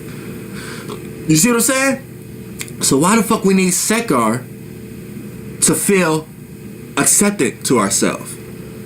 So you telling me just for me to feel accepted to myself, I gotta give I gotta give that energy to Sekar? I gotta bring Sekar here? Fuck Sekar. I'm doing that shit my goddamn self. Sekar did the same goddamn shit I fucking did. And it's saying, when the law of Sekar, when the emotion of man manifests in the response of the word of God. So basically, your government, your ruler, your God, when you fully take and consume your emotional and you respond, you use your soul, you like consume your soul and faith and belief into that concept of God, then that God is going to give you. Now look, that's true, but what these guys is giving you, when you get it, you understand that you need more. You start to feel like you need more shit. And why?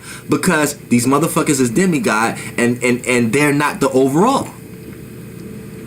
So you just worshiping a sector. You're not Sekar. Hey, we changing this right here. That's fucked up, bro. We changing him. Fuck that nigga. Number 4, law of The thing about, like I say, Aries and Cancer and other signs too, is that they cardinal, which is by definition, they say somebody who is an initiator, but then they take both sides of the drama or the argument. Like, you know what I'm saying? So there's somebody telling you it's wrong, but he also agrees. He's telling you it's true, but fuck him at the same time. So you gotta be careful in like you said, what is the agenda? What's the purpose of this message? You know what I'm saying? The understanding I have of Sakurt is not that understanding, but I can see why he's saying what he's saying, because what he's saying is from a kind of like a abstract point, from it's away from the subject. It's just a too wide range of a concept. What my understanding of Sakura is more concrete, and they're dealing with things on a timely basis, minute by minute, second by second, hour by hour, minute by minute, second by second, millisecond by millisecond, and the choices that you make and how it manifests from one moment to the next. You know what I'm saying? And so it's like what he's saying is more. It sounds like it sounds something abstract. It sounds something like something that's happening over a period of time, where it's actually not. It's like everything he said is actually happening in fragment by fragment. You know what I'm saying? And your understanding of what numbers of throughout the day, whether it's 1 o'clock, 2 o'clock, 3 o'clock, 4 o'clock, the energy in that hour. Mind you, our hours come from Horus or Haru. You see what I'm saying? So like, you think about right now, it's motherfucking 1 o'clock in the afternoon. You see what I'm saying? So the typical energies are surrounded by 1 o'clock. You know what I'm saying? People either just getting back from lunch, or they thinking about lunch, or they thinking about eating right about now. They, you know what I'm saying, they think, okay, well, this is like the final stretch before, 5 o'clock or 6 o'clock, when most people, that's when it's a huge herd of energy that move throughout the day. You see what I'm saying? So like, typically, what are people thinking about around 1 o'clock in the afternoon? You see what I'm saying? Like 1 o'clock in the afternoon is kind of a good time to check up on you, do a little socializing, maybe check out, send, text, Facebook. Hey man, what y'all got going on later? It's fucking 1 o'clock. I'm about to be out of here pretty soon. I'm gonna see what's going on later. Like right after you just got back from lunch. You know what I'm saying? It's like the typical theme of this hour.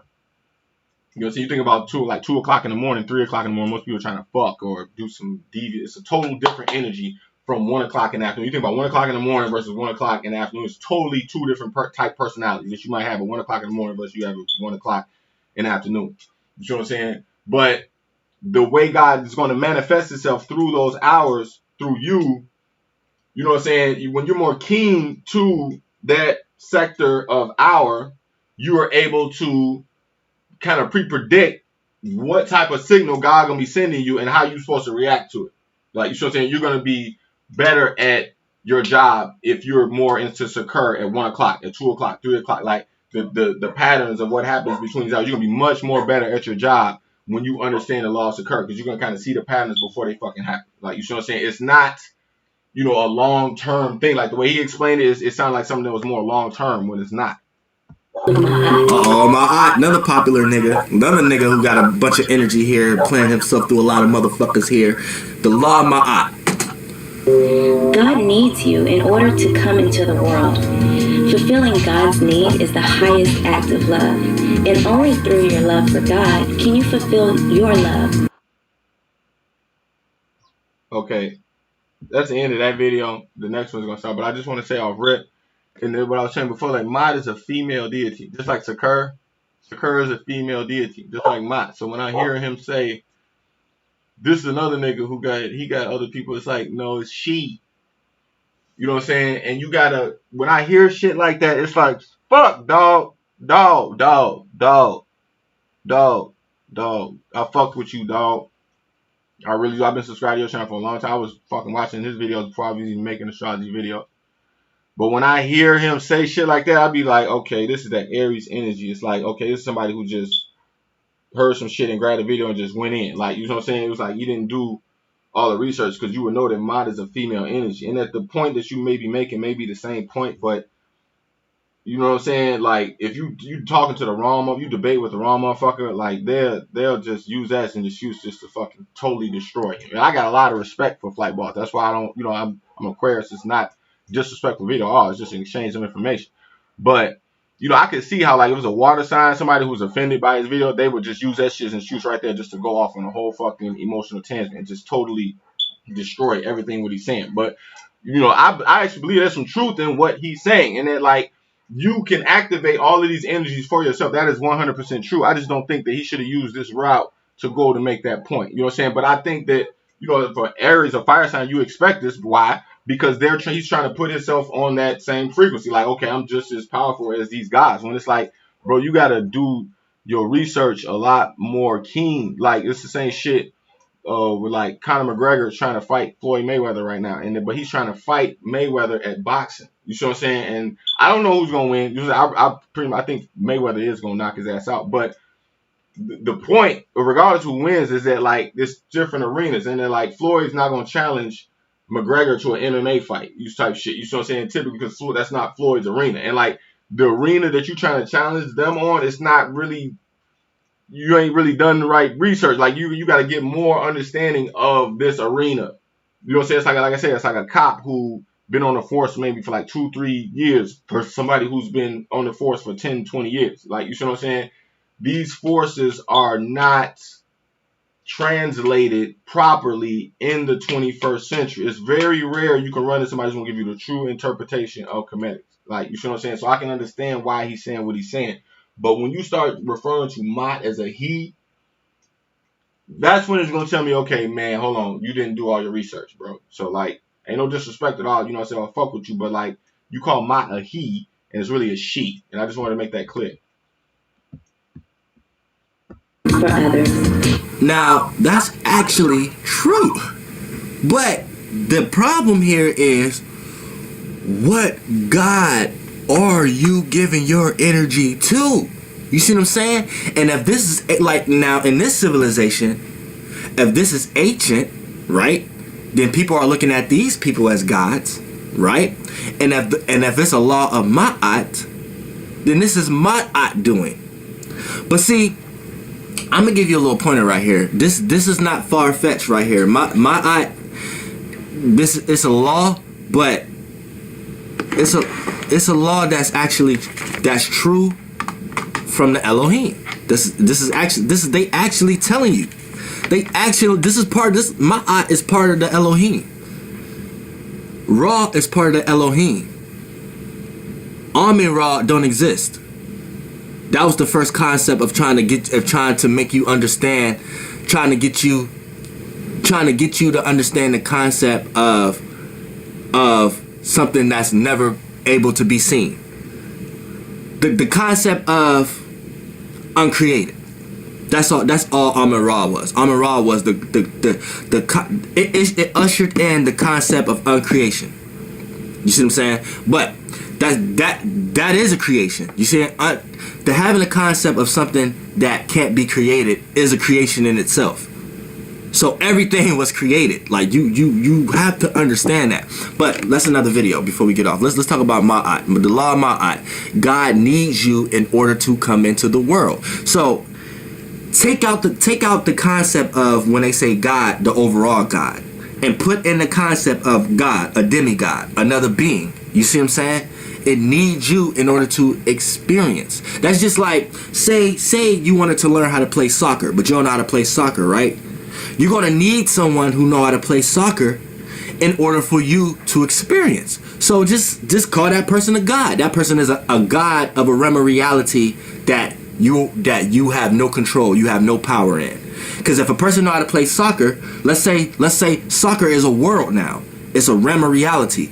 Now in your realm of reality, if you don't know how to play, anybody who know how to play soccer real good is gonna appear as gods in that realm of reality, right? So you're gonna need information or a sense of action or an example from that specific God in order to understand and bring yourself into that realm of reality. So this is how it's able to experience. So this is how God is able to experience in your world. Because if you ain't know nothing about soccer and now you want to know about soccer, then the soccer idea itself is now able to experience itself in your world. So the more and more you play out the characteristics of learning how to play soccer, thinking about soccer, getting emotionally consumed in soccer, then that soccer energy concept, God or whatever like that, is able to experience bliss now. Is able to experience the realm of reality it created through you. You see what I'm saying? So that's the law of Ma'at. But if you have to think about Ma'at to think of that, then you're giving that power to Ma'at. You're bringing Ma'at here. But see, what Ma'at just showed you, Ma'at is an Elohim member. So besides the other ones we was talking about, Ma'at is an Elohim member. And Ma'at just basically told you. So I'm not going to say Ma'at is good or bad. I'm not going to say Ma'at get the fuck out of here. Because that energy right there, she told you. She told you. She told you that you need it. You're needed. And anytime a demigod can tell you that and not sit on their high horse, hey, as Archangel Uriel, I can't even argue with that. I can't argue with that. You know what I'm saying? I can't even argue with that. I fuck with my eye. Become the love of God in the world for the protection of the world. She told you. Number 5, Law of Hirukuti. All right, Hirukuti. He's popular too. He ain't shit.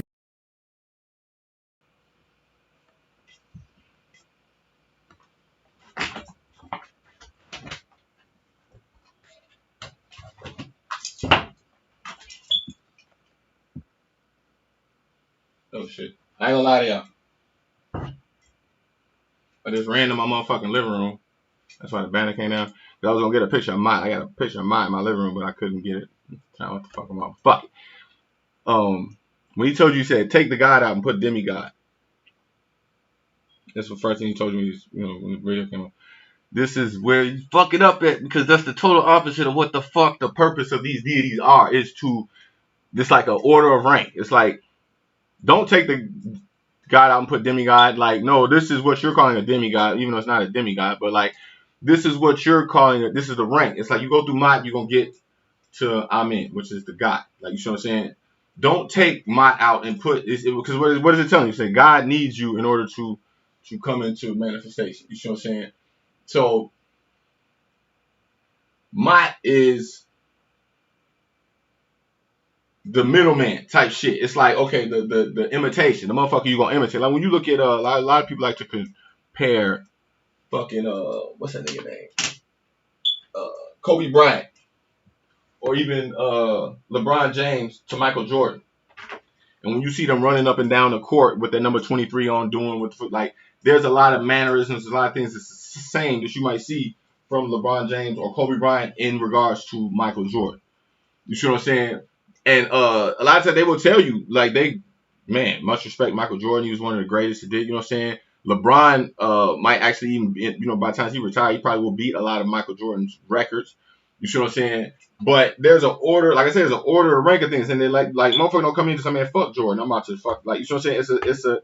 It's a way you do things. Like, you know what I'm saying? And like, mind you, this is the direction that the planet is going right now. You look at a lot of rappers and shit like that. Like, you look at how the rappers now is disrespecting a lot of the old school rappers. I mean, this shit wax, fucking corny, fuck all them old niggas. It's a new generation now, shit like that. Like, this is where the planet is kind of headed. You know what I'm saying? Under the, as we move from into the cusp between Pisces and Aquarius, you know what I'm saying? People trying to plant themselves as the leader in whatever stream of thought, and whatever the new stream of thought is. Like, they're trying to position themselves in, people are trying to become gods of new concepts, of new, this new technology, the way that things are moving now. Like, you know what I'm saying? Like, an app could come out tomorrow, like, be popular, like Snapchat, or like Snapchat came out, when it came out, or like Twitter, or like a new social app might come out tomorrow, and then people rush on there and try to flood it with all of their information and position themselves early, so that when other people come in behind later on, they gotta, they're gonna suggest you as a friend, so you're gonna get a lot more traffic brought to your channel because you position yourself early in this app. You know what I'm saying? This is what's going on right now with the technology. You know what I'm saying? People are trying to position. So when I look at his channel, you know what I'm saying? I look at him as somebody, okay, there's a lot of new age information coming out. He's somebody that's like saying these things. It's kind of the same thing like with what's the dude named Polite had a video called "The White Man Is Not the Devil," and this is when he actually went viral, because it was like, it was something that really grabbed your attention and made you say, man, what the fuck, what? Like, and it made you question everything that you had already always heard. So like, growing up, I say a lot of Muslim concepts, people tell us all the time, white man's the devil, white people the devil, white people the devil. You know what I'm saying? So like, when he, when I follow a lot of, on that particular stream, Muslim, black empowerment, stuff like that, when you hear somebody come out and say the white man is not the devil, you know what I'm saying? I'm saying, okay, I see what the fuck he doing. This shit about to go viral as hell. You know what I'm saying? And it's kind of the same image I get from this video, and then like, he's basically trying to crush all of the gods and put himself, in that, you're like, look, you don't need, it's an Aries mind frame, it's I am. But this is what he don't understand, is that like, to get to I am, you just got to go through these 9 deities, and it's going to give you a much more polished understanding of what I am. And no, you do not have to go through these deities. You know what I'm saying? But you're skipping the rank. You know what I'm saying? And you're not going to be as grounded as you could be. It's not going to be as good as a movie as it could have been if you understood Kemetics. Like, you know what I'm saying? It's like trying to make Star Wars with a fucking SLR camera type shit. Like, you're not going to get the same effect that Star Wars had by shooting it with a camera like this. Like, I could reshoot the whole Star Wars movie. Yes, I could shoot it with this, but it would be a much more better movie if I had all of the right tools and all of the resources and made myself a much better writer by understanding the true definition of Kemetics. Though either. The law of Kirakuti. Know that God neither punishes nor rewards nor protects. That you will have the comfort of controlling these yourself. All right, now you don't need Hirahuti to know that. You see what I'm saying? But Hirahuti, another part of the Elohim. This is another part of Elohim right here.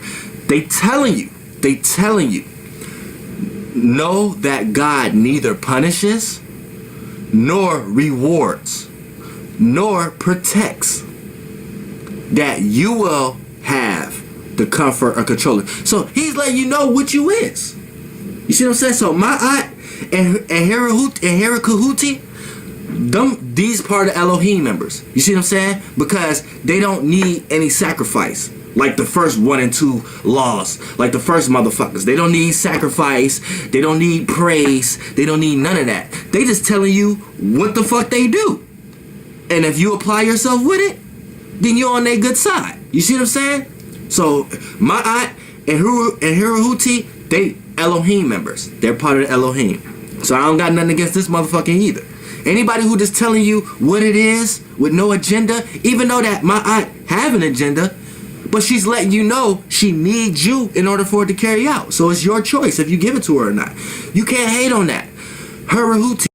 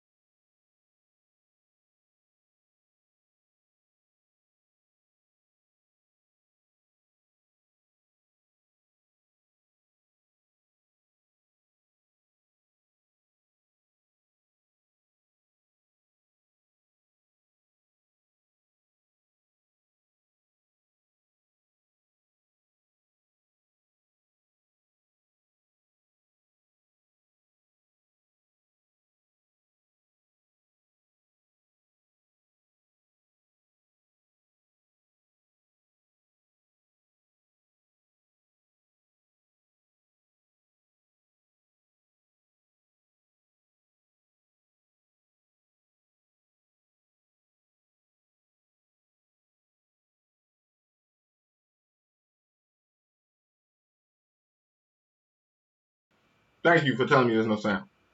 The point I was making is I said when you listen to this part of what he's saying, and I confuse Haruka Hudi and Haru Set, which is law number 5 and number 7. I confuse those a lot. But I understand the law number 5, which is what I told you before. You got two teams praying to the same God. Only one of them is going to win because the one who wins has Haru Kahudi, which is like the will of God.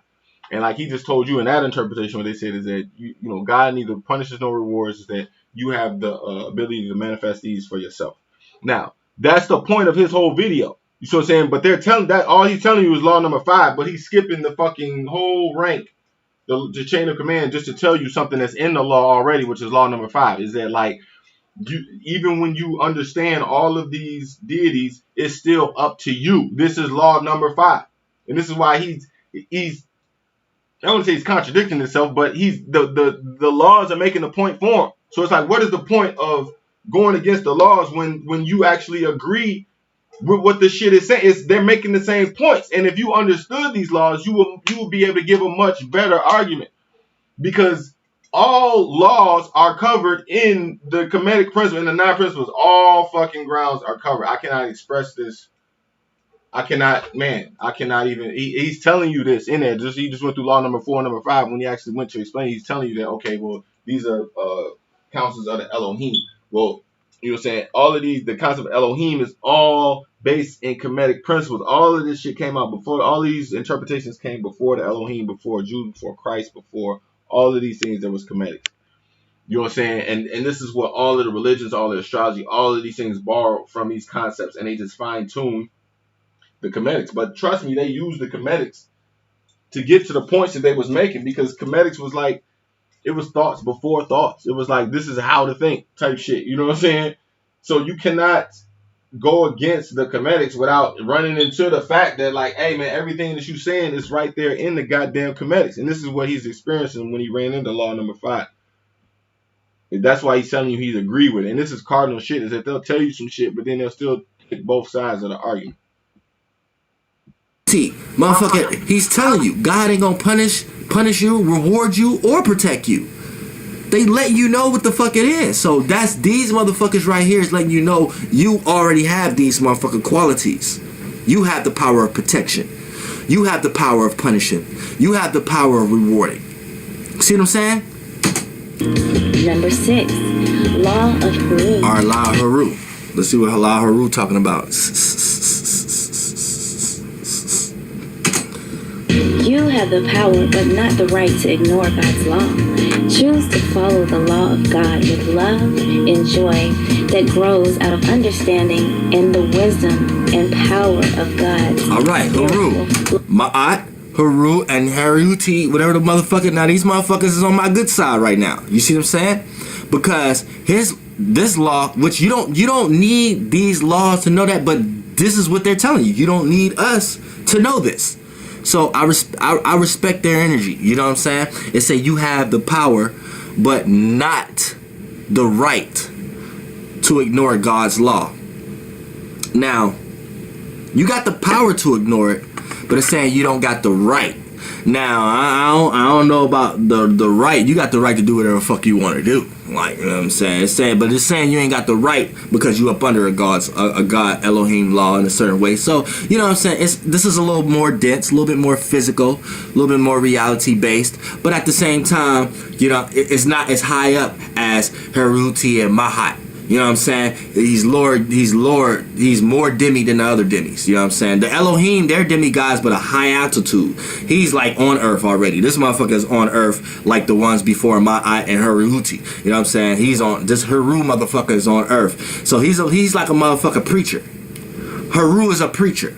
That's all he motherfucking is. You know what I'm saying? He said, you have the power to, he just knew a little bit more than the preachers nowadays. He's saying you got the power to ignore, but you ain't got the right to ignore. So that's somebody that's telling you like, oh shit, I mean, yeah, you got the power of God, but you shouldn't think that way though. You shouldn't do that. That's one of those motherfuckers. He's a preacher. Haru's a motherfucking preacher. Fuck that nigga too.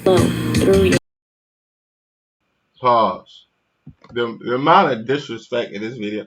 These are true Aries, and they're like, I get it. Trust me, like I totally get what he's trying to do. That's why I have a lot of respect for Flight Boss, man, because like he's a true Aries at heart, and then like he don't give, like he just gonna say whatever the fuck he feel in that moment. He gonna think about it later, like, you know what I'm saying. That's why I approach this video, my response to him, I approach it in that nation, and I understand like he's an Aries. He's gonna throw that chair, like he gonna get up and throw that chair and say, man, fuck that shit. This is what the fuck it is, like, and I totally get that.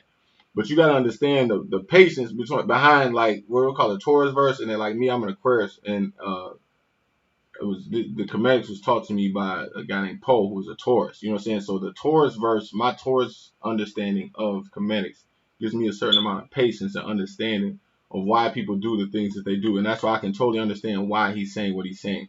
But I do want you to understand that like what he just told you in that shit was the total opposite of what Haru really means. And when he said, matter of fact, I want to be specific and play the exact part of what I'm talking about. A little bit more than the preachers nowadays. He's saying you got the power to ignore, but you ain't got the right to ignore. So that's somebody that's telling you like, oh shit, I mean, yeah, you got the power of God, but you shouldn't think that way though. You shouldn't do that. That's one of those motherfuckers. He's a preacher. That is the total opposite of what Haru is. Haru is like when you watch the movie Lion King, for example, and when Tahuti, who was the ape, he told him who he was, and when Simba looked down in the water and he saw his father's reflection, he told him, he said, man, remember who you are. The point they were trying to get to Simba was that, man, you come from a line of kings, and that you're a lion, you're a king, you're not a fucking monkey or a pig that should be in the jungle eating bugs, talking about Hakuna Matata, I ain't got no worries, and trying to live like a Pisces, basically. Like, they were like, no, you're a king. You need to go and handle this fucking, you have the choice. Yeah, you could say fuck this shit, but like you don't have the right to turn that down. Like this is you by right you were king. So you need to go get that. Mind you, at the end of the day, it was still his choice. He made the choice to say, you know what, I gotta go do this. But he could have said no if he wanted to. Like, you see what I'm saying? And that's what Haru is. It's like, okay, at some point you're gonna get knocked down on your ass. Like a boxer get knocked the fuck down on his ass. it's always up to you if you got consciousness. If you ain't, if motherfucker ain't knock you unconscious, but it's always up to you to get up. Now you have the choice to say the fuck that. You say, man, fuck that, I don't want to get up no more. You know what I'm saying? But Haru is get up. It's the resurrection. It's like you might be having sex with a chick all night and you can't even make her come and she ain't came yet. You know what I'm saying? You didn't bust fucking 3 times. You like, fuck, like she still ain't came. Like, motherfucker, you gonna get up or you gonna keep going? Like, you know what I'm saying? People, like, this is a fucking huge concept for me. Like, when I, you know what I'm saying, when I have sex, resurrection. Like, you know what I'm saying? Like, get the fuck up, get the fuck up, get the fuck up.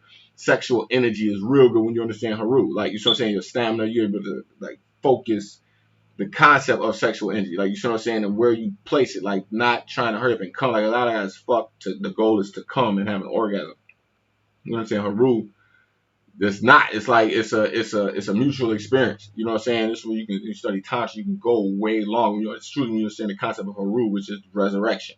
So yes, I have the choice to lay there and say, you know what, fuck it, I came, I don't give a fuck no more. Like, you know what I'm saying? I got mine, I hope you got yours. Like, that's that attitude type shit versus the motherfucker who gonna stay there with you until you get your shit and then I get my shit and okay, we cool. You see what I'm saying? Haru is it's this is a fucked up explanation he gave, man, and that's why I hate misinformation. You see what I'm saying? Haru is like, and you watch the movie Wanted, when dude used to have to take pills and he was fucking scared and he was a fucking he had all type of nervous energy in him, but he didn't understand that nervous energy was fire, and it was Haru. It was like he needed to release the Morgan Freeman had told him, he was like, man, let me see if I can find that scene. Morgan Freeman had told him, he was like, man, hold on, let me see if I can find the scene. Let me see if I can find the scene.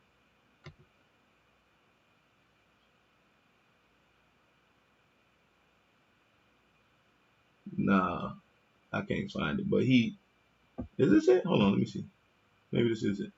Next time you want to quit, remember, fishtail braids were once ponytails that refused to give up. Spray, girl, spray. And keep it smooth. Zap frizz, static, and flyaways with Fruit Tease Frizz Guard. This is not me fulfilling my destiny. Nah, that ain't it. I was trying to find a clip where he told him, he was like, he said, you're crazy or some shit like that. He said, crazy is knowing that you got a beast sitting inside of you that's asleep. He was like, crazy is allowing yourself to get shit on and pissed on every day and you don't do shit about it. You know what I'm saying? Go watch the movie Wanted. You know what I'm saying? Same thing in Star Wars when Yoda told him, he said, he was like, when he moved the whole ship, Yoda was trying to get Luke Skywalker to move a ship that he crashed on while he was trying to get him to move it. He wouldn't move it. And then Yoda moved it his goddamn self. And then Luke was like, I don't believe it. And he was like, that's why you failed. You know what I'm saying? Because you got to go deep into yourself and find because we living in the age of Pisces and they hitting you with these water thoughts and they hitting you with these, these thoughts of weaknesses and thoughts of, okay, like basically what he said is that, okay, yeah, you got the power, but don't do that type shit. Like you got basically what he told you what Haru was is exactly, that's what I'm saying. It's the total opposite of Haru. That's the type of shit that they try to put in you to stop you from becoming Haru. What he said is like, okay, yeah, you got God potential, but don't do that. Like that's the total opposite of Haru. You know what I'm saying? Haru is the actual, like the real version of yourself. Like you watching this video and then you cut it off and you start to think about like, okay, everything you've been through in your life, how it led you up to this one moment. And like everything you've ever been through is like the fake version of yourself. It's the shadow version. It's not the real version. Like the real you is the one that get up and like, okay, now the real fucking movie begins. Everything else you've been through up to this point is not who you really were. And now that you understand comedics, now you can see the multi-dimensional aspect of your life. You're able to become the true version of yourself, like the real Sean, the real Bob, the real Jane, the real whatever your name is. Like, you know what I'm saying? Like the true you. That's Haru. The one that got the fuck up off the, like you go watch the movie Hancock. That's what the movie whole Hancock was about, was that this is a dude that had superpowers, but he was drunk as fuck, sleeping on benches, didn't know how to use his power right, was fucking up. He was acting like a Pisces almost. Like, you see what I'm saying? Same shit what Mufasa was doing in The Lion King. You know what I'm saying? They was, he was a fucking lion sitting around in the jungle eating bugs. You know what I'm saying? And what Hancock had to do, he had to put himself in Jeep, went to go see a guy named Ray, who was Ra. You know what I'm saying? And you know, there's a scene in Hancock where he realizes he has to call Ray, where he's sitting in his trailer and he looks up right at the sun. You know what I'm saying? Go watch the movie Hancock. You're gonna see so many symbols in it. The Falcon that's following Hancock around in there is fucking, that's what Haru is. He's a Falcon guy. You know what I'm saying? You go online, you can find a documentary called Hancock Exposed. It's brilliant. It was made by Amin Ra Films. This was one of the first documentaries I had watched that woke me up to Kemetics, and they were breaking down Haru and how Hancock was Haru, and he didn't know it, and he was an ancient god and he had amnesia because he got hit in himself and they hit him in the head, and he didn't know who the fuck he was, and he just woke up and had some movie tickets in his pocket to fucking Frankenstein, which is Frankenstein. You understand, is same concept. What we talking about is the body being split up into multiple fragments. Somebody who didn't know, you know, they cut his body into pieces and spread it throughout the land, and then they put him back together. But Frankenstein, he didn't know who he was, and this is the state of a lot of black men, or a lot of not just black men, people in general. Fuck, they don't know who the fuck they are, and you know what I'm saying? They Frankensteins. You know what I'm saying? That's who Hancock was. He didn't know who the fuck he was. It was like a fragmented body. Like this is what Jews call goyams or golems. It's like a fucking somebody with no purpose type shit. You know what I'm saying? And this is who he was until he woke up. You know what I'm saying? And then there was things with him and the woman too, and she was supposed to be, you know, that's a whole nother fucking, you know, can of worms. But basically, go watch Hancock and you see that, you know, it was the same shit. He had a choice. He had he had the choice to say no, but he didn't have the right to. He knew that it wasn't right. He knew he had to master his internal self in order to fix what the fuck he was going through. He knew this, and this is what they basically telling you in that law. But like I said, these interpretations that they given these are not real interpretations. It's not, you're not gonna get the point listening to it. That's why I can understand why he's saying the things he's saying. Oh shit, I just totally fucked up. Because when you believe in it, you're in that realm of reality. You're in that circumstance. So whatever. Oh shit. Okay, yeah, that was Smith. So the whole fucking video just switched out. So I'm gonna have to go back and get this shit, put it back in here. But also too, I want to say, the book that I wrote. You know what I'm saying? I'm gonna put it in the description. I don't know if it's in there right now. It might be the wrong link in there. But the book that I wrote, it's called Haru Special. You know what I'm saying? It's in. Now that's if it's not in my description right now, I'm gonna put it in there later. But you know, you can go back to some of my other videos, the more recent ones I just put out. The book in there is called the Haru Special. I highly suggest you read because it explains exactly what a lot of the themes that we're talking about in this video. A lot of those themes are right there in that book, and it gives you a really good, concrete understanding of what really is. Now that's actually true, but the problem here of Maat, but know that God neither punishes nor rewards. So you know what I'm saying? This is a little more dense, a little bit more physical, a little bit more. You know what I'm saying? He said you have the power to. He just knew a little bit more than the preachers nowadays. He's saying you got the power to ignore, but you ain't got the right to ignore. So that's somebody that's telling you oh shit. I mean, yeah, you got the power of God, but you shouldn't think that way though. You shouldn't do that. That's one of those motherfuckers. He's a preacher. Haru's a motherfucking preacher. Fuck that nigga too. Through your being. Fuck that nigga. Fuck Number that nigga. 7, law of Het Haru. It is not what you imagine. It's who is imagining. Are you a human or a divine? Now this is not a law. Now law of Het Haru. Het Haru. Now the law of Het Haru has said it is not what you imagine. It is who is imagining. Are you a human or are you a divine? So it's these are not laws. These is like philosophers back then. Het Haru was a philosopher. He was a scientist. basically. You know what I'm saying? He's just asking you. He was asking questions. And I don't know why they're trying to make these laws. This is not even a law. This is not a manuscript. This is not something to go by. This is something that we was asking ourselves in every civilization. You see what I'm saying? So I'm saying it's not what you imagine. It's who imagine it. So that's real. Because you could be vibrating higher than someone next to you. But y'all could be imagining the same thing. But since you're vibrating higher than this person, you may manifest that a lot faster than this person. So it's not what y'all was thinking about. It's who's the actual person thinking about these things. So you know what I'm saying? That's why this goes down into be careful who you're around, basically. Number 8. Law of Sabbat. Law of Sabbat. Before we get into Sabbat, I just want to say real quick that, like, we went from Het Haru. These people, these are not, like I said, these are not real people. These are symbols. You say this is not a law. This is no, it's a symbol.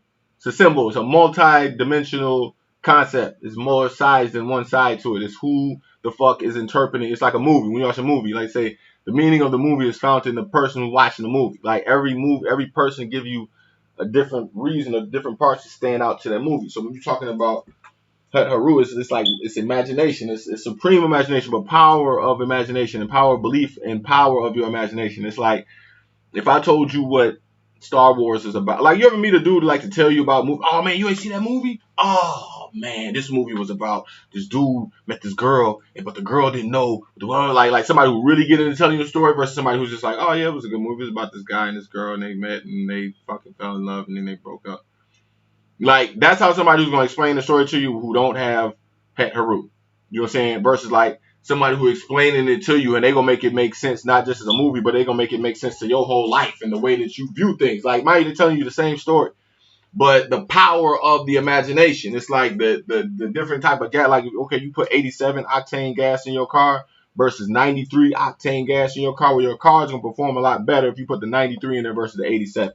You know what I'm saying? And like same shit versus like Het Haru, which is law number 7, meaning that like if you understand what this law means, you're going to be able to have much better explanations of things versus somebody who doesn't, because your imagination is way more activated than the next person.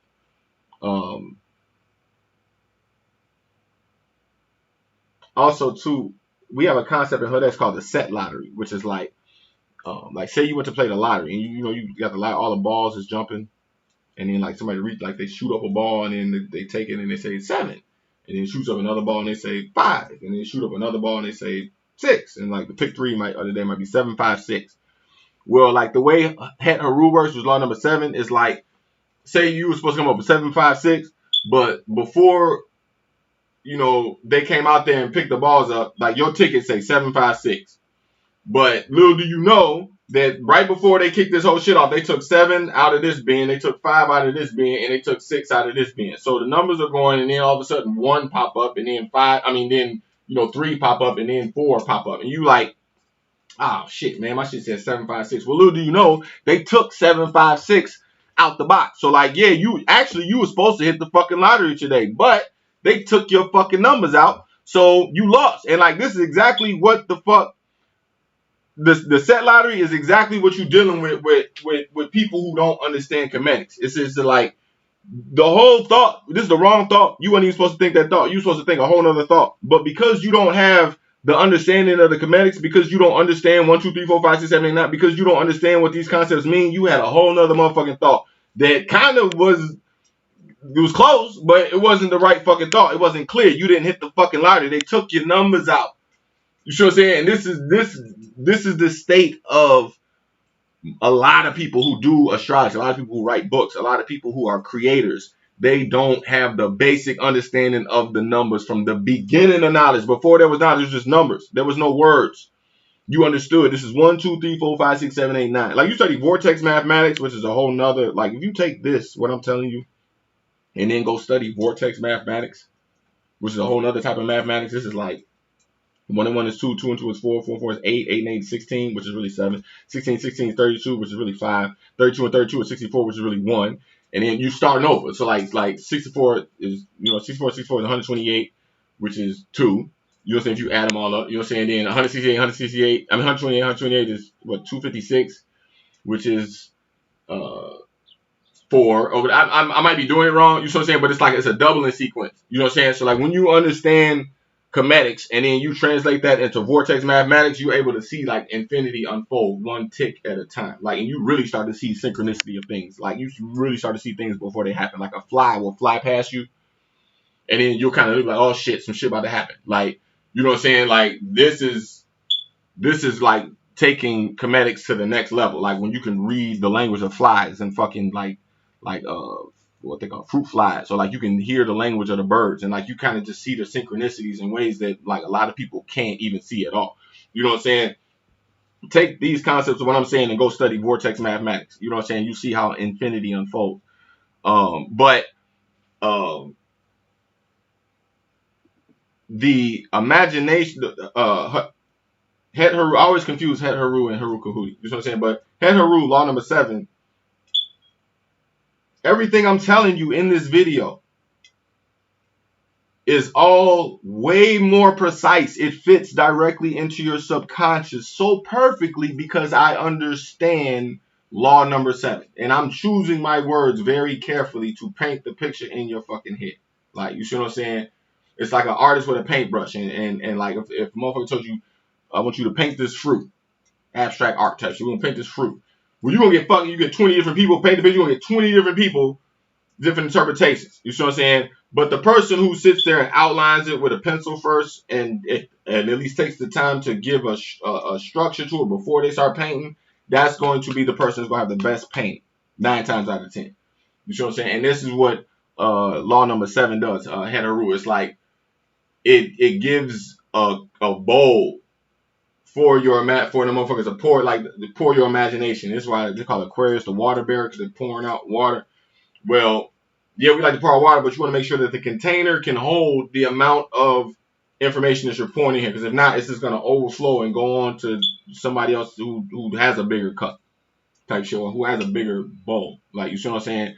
What you want to do is like what Haru said does, it expands your tank of your subconscious. So you get a big, I can pour more water in your subconscious because your Haru, your Het Haru, law number 7 is way more bigger and condensed of a tank. You see what I'm saying? So I can sit here and just pour water in your shit all day, and you're able to say, okay, I got it. I understand. You can see the synchronicities of things because you've exercised the ability to take in the imagination. Like, you still get some people who fall asleep. Like, I know you probably ran into this all the time. Like, you start talking about concepts with people just pass out right in the middle of talk. You see what I'm saying? Because they haven't exercised their Het Haru. Like, you know what I'm saying? Like, everybody gets to a point when you study in spirituality, when you study things, where you literally force yourself to keep reading. Like, you might be reading a book about K-Blao or something just fucking crazy. You don't even understand half the words in there. But you're still just forcing yourself to read it. And if you don't know it, you go look it up on Google and you understand this word and you come back. And, like, you're forcing your mind to go to places that, like, normally you fall asleep in the middle of, like, you watch Star Trek. It's Star Trek. A lot of people fall asleep watching Star Trek. You know what I'm saying? Because they're expanding your Het Haru. You know what I'm saying? It's expanding your imagination. You know what I'm saying? That's really what that is. And like these interpretations that they're giving you is like half-ass interpretations. They're not practical. I can understand his frustration. It is not what you think or what you affirm. It is who is thinking and affirming. Are you? See, these are the same motherfuckers. These are just little less preachers, philosophers, like how we got nowadays. You got motherfucking the Richard Dawkins and shit like that. These are them. You know what I'm saying? And they just coming up with philosophical questions that's carried on through civilizations. But it's the same motherfuckers. Same motherfuckers. And these are not even laws. Number 9, law of offset. Law of offset. Pause, man. Pause. See, they didn't really tell you what Sobek is, man. That's fucked up. Sobek is the reason why Christians say as above, so below on earth as it is in heaven. Or a lot of esoteric motherfuckers say as above, so below. But in Christianity, you hear it as on earth as it is in heaven when they're saying to our Father. You know what I'm saying? As above, so below is like literally one of the first concepts that you start studying esoteric when you study astrology. It's like literally one of the first things you start to hear different practitioners say, as above, so below. You know what I'm saying? But this all came from Sobek, which is like the real as above, so below, but it's really mean like unseen into the scene, which is not just as above, so below, but like as without, as within, as of left, as to right. It's literally the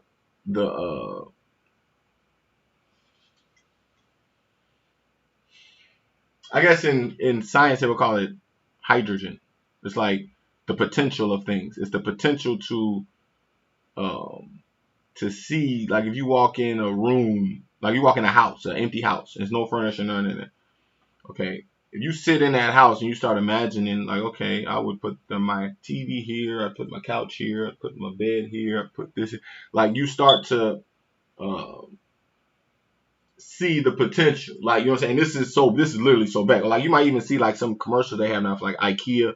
Like you'll see a guy sitting in his living room and then he'll do like, he'll go blue, and then like a couch is blue, and then he'll hit it and it'll go red, and he'll hold, like I've seen commercials, they're doing this now. Like people make shit pop out of the computer right into their fucking living room type shit. Like you might have seen a commercial like this come across once or twice. You know what I'm saying? This is literally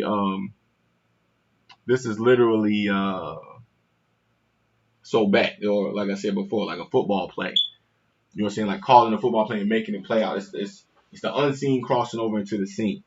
You see what I'm saying? And all practitioners, all people who study astrology, all people understand this is when they say like I say Aquarius is ruled by Uranus, or Pisces is ruled by Neptune, or Leos are ruled by the Sun, or Aries are ruled by Mars. Well, when they say ruled by, this is so back. It's like it's the translator between the unseen and the seen. It's like the medium that it went through in order to get to become seen. So like they say, I'm an Aries. That's still an unseen concept, but the things that they do when you describe the traits, this is Aries personality. Like, okay, Aries is the energy, but the things that they doing are typical of an Aries. That's so back. It's like as the energy squeezes itself into, as a condensation process breaks down from the energy over into the scene, or like a lot of people call it osmosis, basically like the unseen crossing over into the scene. You know what I'm saying? That's really what Sobek is. So this is not a philosophy. This is actual. It's every person who studies astrology, every person who is a practitioner uses the concept as above, so below. It's not a philosophy. It's an understanding of the practice. You see what I'm saying? So don't look at it. It's not a philosophy. This is something that's been passed down for generations since the beginning of time. And all religions understand the practice of Sobek because they understand it's on earth as it is in heaven, as above, so below, the unseen into the seen. I'm upset. But this all said is A-U-S-E-T. All set.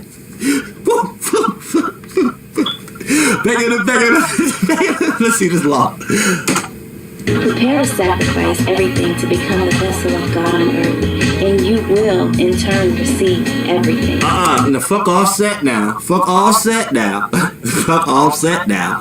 Now, Offset, now, the rapper Offset is carrying a sacrificing energy. This part of why he was the one going to jail more than the other two. You know what I'm saying? And things of that nature. This is why he looked at as more of the negative one out of the two, and this is why he probably experienced more negative set, like, which is like you got set, you got Raw and set and all that. But this is why he have to settle down a lot more than the other two. He may settle for a lot. He may settle for more than the other two will too. He may settle for less a lot of times and things of that nature. There's a lot of things going on with Offset than the other two, but they names carry sigils too. But the law of Offset, prepare to sacrifice everything to become the vessel of God on earth, and you will in turn receive everything. Now, fuck Offset, because you ain't gotta sacrifice shit. And anytime somebody telling you to sacrifice something, they're pushing an agenda. Now, this is a contract. This is a law of attraction, and this is a contract right here. Now, it's up to you if you want to make contract with certain deities. If they got something, but you have to put your part up of the contract, or you're going to breach the agreement. You know what I'm saying? So, anytime you sacrifice something, is for getting something. So you're giving something to receive. So right here, you have to be very careful, because you can be doing that and sacrificing yourself to the wrong God. And 9 times out of 10, all the motherfucking gods is wrong. So you don't need to be sacrificing yourself for shit unless it's something that's going to benefit you out of the situation. And a lot of these things that people think is benefiting them is not benefiting them. It's hindering them. And that's where the deception comes from, these motherfucking gods. So you motherfucker need to be very close attention. Don't pay no motherfucking attention to Offset. Fuck that motherfucker. Fuck him. Paul, first off, like I said before, the name of the channel is Offset McChristian Thomas. So the whole energy of this channel is geared toward Offset. So also too, like when you say Offset is the guy who's talking about Amigos. You say Offset, he's trying to compare that to Set. He did kind of mention real quick that Set is Ra and Set. You dealing with Set. Offset and Set is two completely different things. Set is, like I say, that's who Smith worked for. Offset is the wife of Asar. This is the woman who put the pieces back together. You know what I'm saying? This is the total opposite of each other. So like to try to use Offset to say that that's as similar as Offset, that's some Aries, that's some cardinal shit. Like, you know, I expect this type of shit from the brother. You know what I'm saying? It's good. It make good. You know, it's good to debate over these type of things. You know what I'm saying? But you always want clarity. You see what I'm saying? And this is me as an Aquarius. I welcome this type of content because I love. This is what Offset does. It's like it takes all of that energy and then it makes it clear. Like, you see what I'm saying? This is why they say bring light to a dark situation, like, or order out of chaos.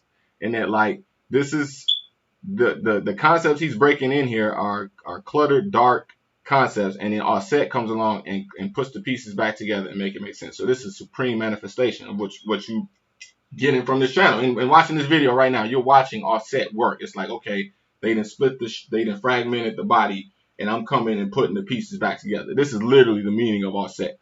You see what I'm saying? So when he said Offset and trying to compare that to Migos and that energy, no, that's like Set. That's Smith. That's what we teach. You go read the Hood X Lit.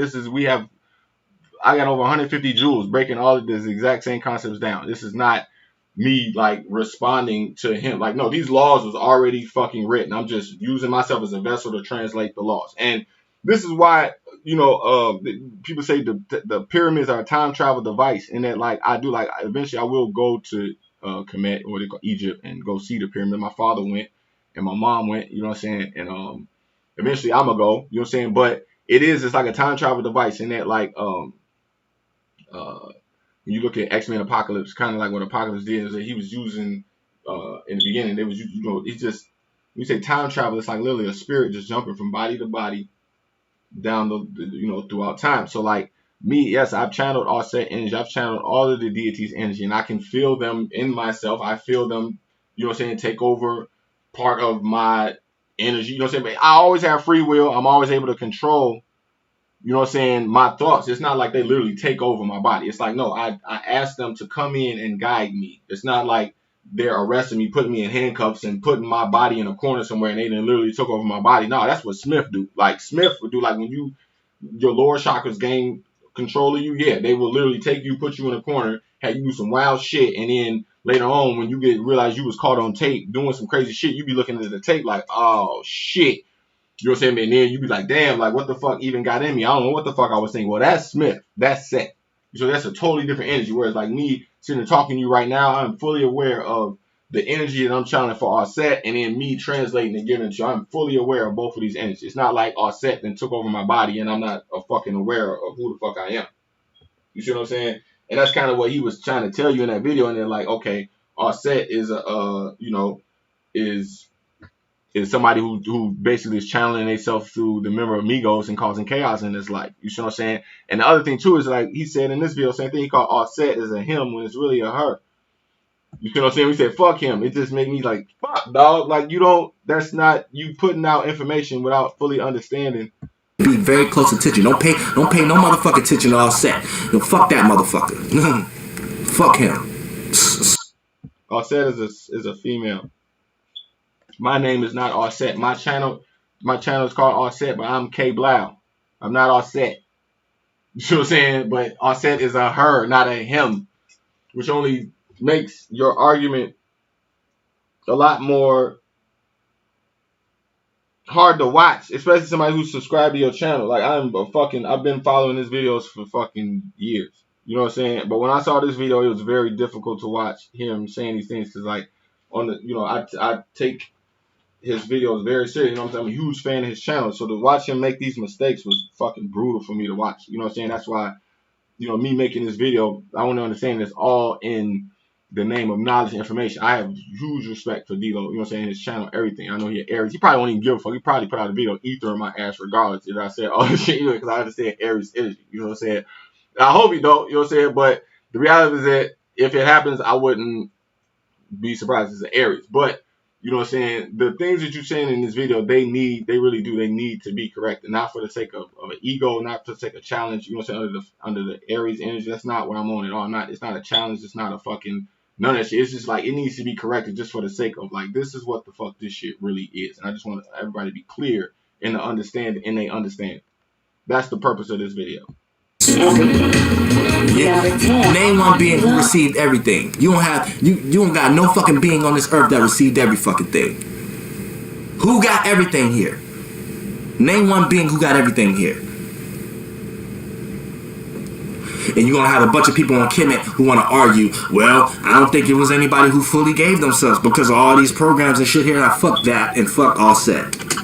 The law gap is number. Pause. When you say, tell me somebody who got everything that they want. You see what I'm saying? And like, when you dealing with genie, like I got a concept in hood that's called magic genie of the lamp. You see what I'm saying? When you say everything that you want, it's totally different from everything that you need. And like God here is more so what you need, more so than what you want. And that we speak in a bastard language. So even if the words that we use to tap into the parts of the subconscious that's gonna get God's attention, they're not even the right words. So like God is receiving a signal translated wrong almost. So he gonna be like, man, what the fuck? Like God trying to read what the fuck you saying? But the way that people pray, the way that people's subconscious work on this side of the earth, like it don't add up right. So what God do, he be like, all right, well I can see that this shit is fragmented. So just give that motherfucker what he need, more so than what he want. You see what I'm saying? And I'm willing to say that like even me, like I am somebody who have everything that at this point in my life, I have everything that I need, everything. And I can attribute that a lot to my faith in God and the practice of comedics. Not necessarily I worship comedics or that, you know what I'm saying, that, I worship these deities, but the practice and the understanding of comedics, that perception, I can attribute about 85-90% of my success to that. Because prior to me understanding comedics, everything that I was doing, I was just running in circles, like in life. Like I was literally running, and I didn't understand exactly what he's saying in this video is that the God potential was in me this whole time. I was constantly looking hours.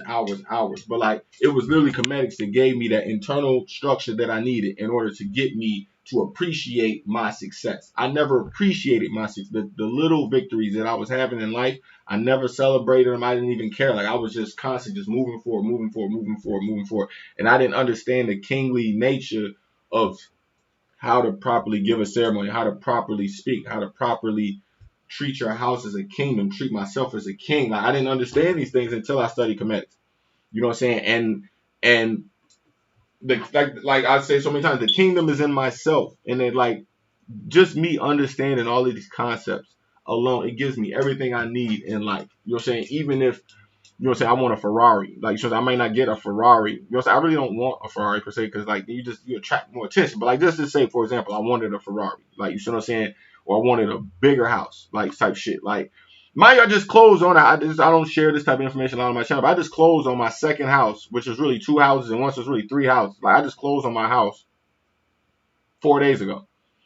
You see what I'm saying? I got a whole nother crib. I was just over there this morning looking at it, figuring out what the fuck I got to do. But this house is fucking huge. But like, let's just say, for example, like I wanted a fucking MTV crib, like big ass fucking house, and like a Ferrari, and a fucking wife who was fucking like a goddess type shit. You know what I'm saying? Like, let's say I really, really wanted these things, like type shit. You see what I'm saying? What God is gonna look at is my intent more so than like what I'm actually asking for. You're gonna be like, okay, well, why does he want these things? Does he want these things to be a symbol for other people for success through work of God, or does he want these things because he's a fucking egomaniac and he's just trying to fucking please a part of his ego. Like, you know what I'm saying? This is why God will give these things to the people who deserve them. Like, touch, like, you know what I'm saying?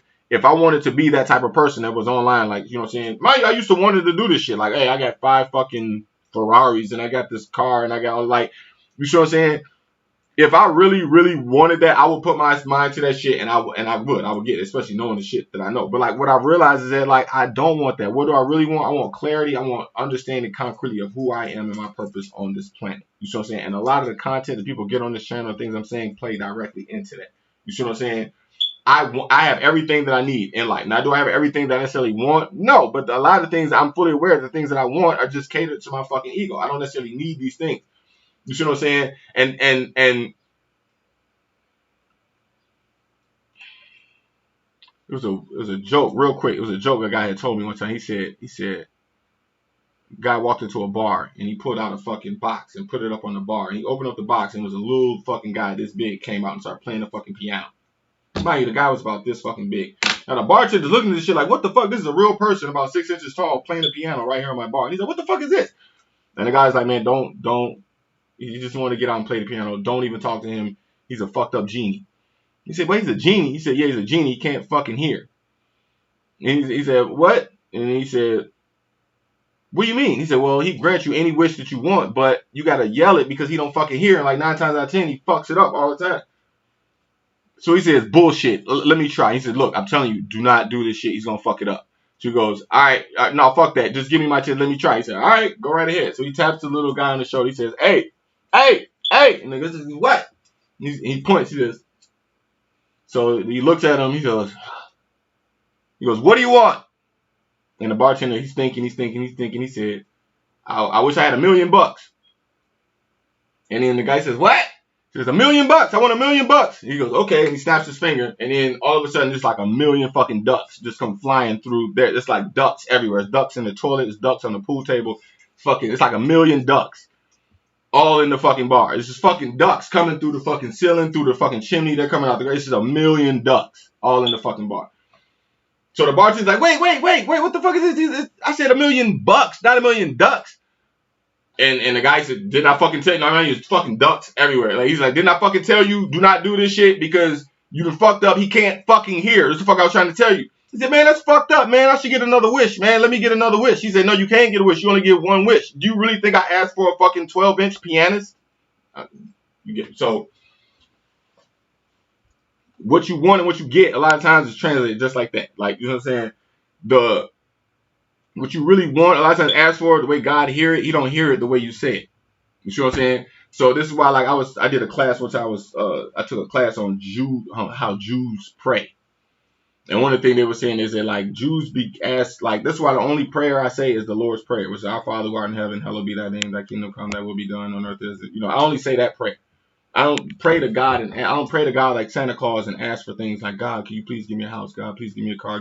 I always pray for God's will to be done on earth as it is in heaven. And I ask myself to become a vessel of God's will, more so than asking God for these things. If I become God's will, then what will be given to me is exactly what I need. You see what I'm saying? And I can account to this is a 100% true testimony. This is not no fucking internet blowing smoke up your ass type shit. Like, it is literally when I started to pray like this. And another thing too, he said about sacrifice. Like, you don't have to literally have a sacrifice. You don't have to kill an animal. Like, this happened to me a lot. Like, a lot of times I start seeing animals dead, like in the street. Like, I see like a dead cat or a dead bird, or I see like a dead animal. And like, mind you, like, you really have to go into yourself because you got to look at your potential a lot of times. I really shouldn't even be saying this shit because, like, a lot of people's intentions be fucked up. But you got to have something in yourself that makes you really feel bad for that animal and, like, actually see yourself dead, laid out on the street. Like, if I was dead, this is exactly how I had to start. Like, man, if I was dead, laying out in the middle of the street, I would hope that somebody would come along and come pick me up and give me a proper burial. You know what I'm saying? Now, this happens all of the time. That, like, you see, like, a dead animal, some shit like that, that's just laying there that nobody give a fuck about it. You know what I'm saying? I've formed connections with certain type of animals like this, and I actually picked them up and gave it a proper burial and prayed the Lord's Prayer and really connect. Like, you can't lie to yourself. You have to really feel that connection, and to the point where you do, like, you cry. You know what I'm saying? You can't fake this shit. And a lot of times when I've done this, and I pray for God's will, I can't even explain to you the amount of synchronicities that I've had happen to me right after that were just like, I'm not asking for nothing. I'm asking for God's will to be done. You know what I'm saying? And then like subconsciously, I'm moving through the day. Yes, I just I want some water. I want something to drink. Or I might want some weed. Or I might, what I'm saying, like throughout the day, the things that I want 9 times out of 10 fall right in my motherfucking lap. And I cannot even explain to you how many times this has happened to me, to the point I don't even fucking question it no more. You know what I'm saying? Because my intentions were pure, my heart was pure, and the practice of it was pure. You do not have to go and kill animals or really sacrifice animals. There's death all around you. All you have to do really is just acknowledge it and give it a proper burial and close the chapter on that book. And a lot of times, what you want will be given to you. You know what I'm saying? But you have to have a pure intent. And Set is a very big part of that, in that she's the one that's going to go out there into the world and go get you these things that you want and bring them to you. You know what I'm saying?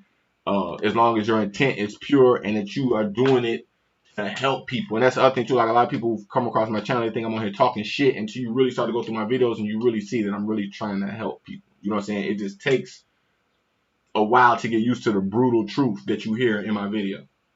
Pretend. Know that from heaven you came. Know that from heaven you came, and to heaven you will return. Seek not enduring work. See, now you need Gab to even know what heaven is. And it's saying seek not enduring works on earth, which is true. But see, they already on earth. Like, we're not from earth. And the civilizations I experienced ain't just earth. It's not just earth things. So when they're saying don't do enduring your things on earth, they're letting you know that. They're letting you know that everything is not, where you're from is not from earth. Heaven is just somewhere that's not below, wherever it's constructed. So there's a heaven to everything.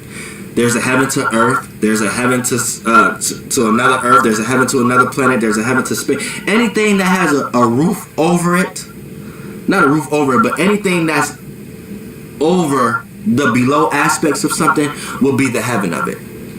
So heaven is always a hell to something else. You see what I'm saying? So always keep that in mind. That's why your heaven may be someone else's hell.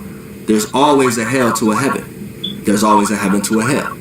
You see what I'm saying? And that's all the law of Gab is trying to tell you. And it's trying to tell you that you're going to go back to a heaven. But you may be going back to a hell. So fuck Gab too.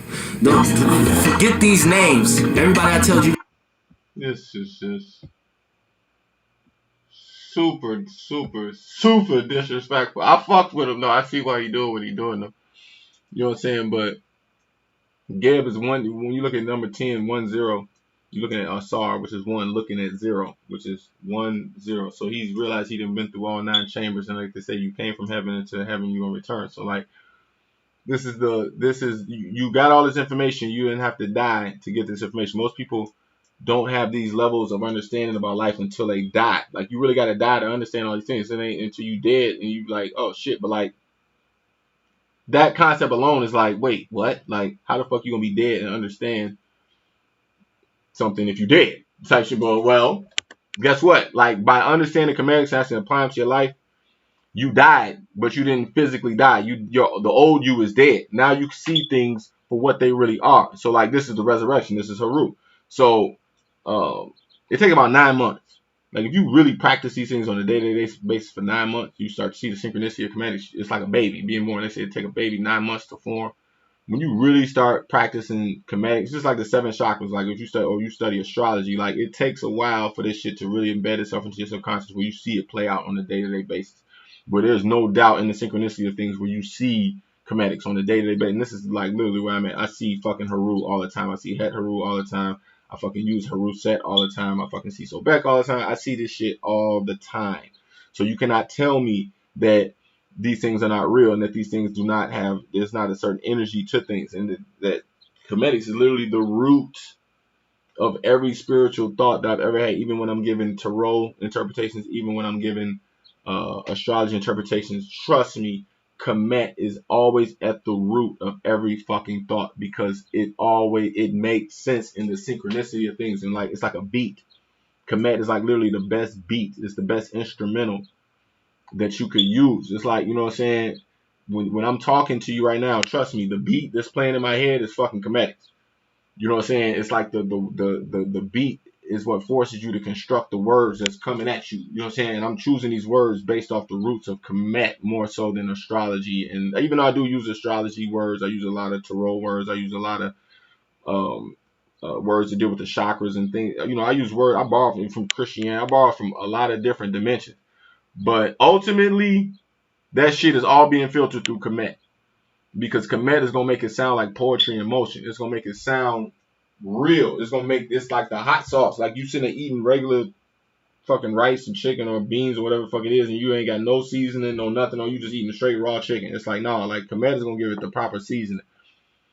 You know what I'm saying? Especially if you follow my channel, you start to pick up on the words that I choose. The word, like people who follow my channel know this, and I'm quite sure that if you follow my channel, you've definitely used a lot of the things I've said as reference points in your day-to-day conversation. That people can see the elevation in the words that you choose and how different parts of your mind get activated just by following my fucking channel. You know what I'm saying?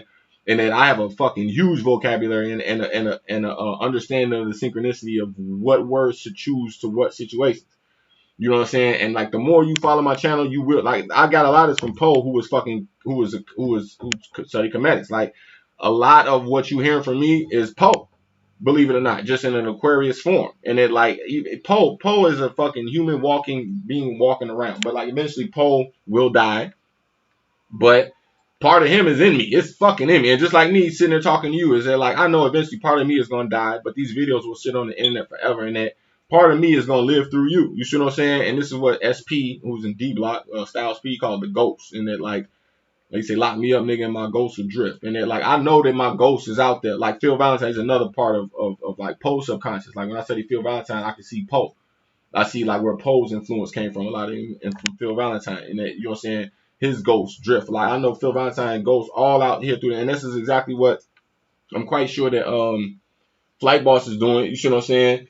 And I get it, you know, under the fire energy, this is what they do, and they're like, man, like you know, one of the first stories I ever heard was they call it the Four Twins. The Four Twins was Earth, Wind, Water, and Fire, and they all started out as one being, and which was human. They say, what does earth, wind, water, and fire all have in common? Is that it's really you. Is that these four elements normally cancel each other out, but your body can hold your body's lungs made of air, earth is flesh. You know, so you say 90% water, which is like the spirit. I mean, which is like your eyes, you cry, and you know, water. And then they say the fire is the soul, which is like they say jinns or genes in fucking Muslim. The spirit is made of fire. You see what I'm saying? So these all started out as one being, but what happened was that the fire felt that it was the most powerful, and it wanted to reveal itself as the true, as the most powerful. So fire revealed itself, and it fucked up the whole order of things. So therefore, earth had to be sacrificed in order to contain the fire. So this is why they say from dust you came, to dust you return. Well, the body is made of the earth. This was flesh, but they had to contain all of these spirits. Because fire, or in Christianity has interpretation of Lucifer. They say this is when Lucifer refused to bow down to the rest of the angels, and that like fire wanted to reveal itself as the most dominant, as that.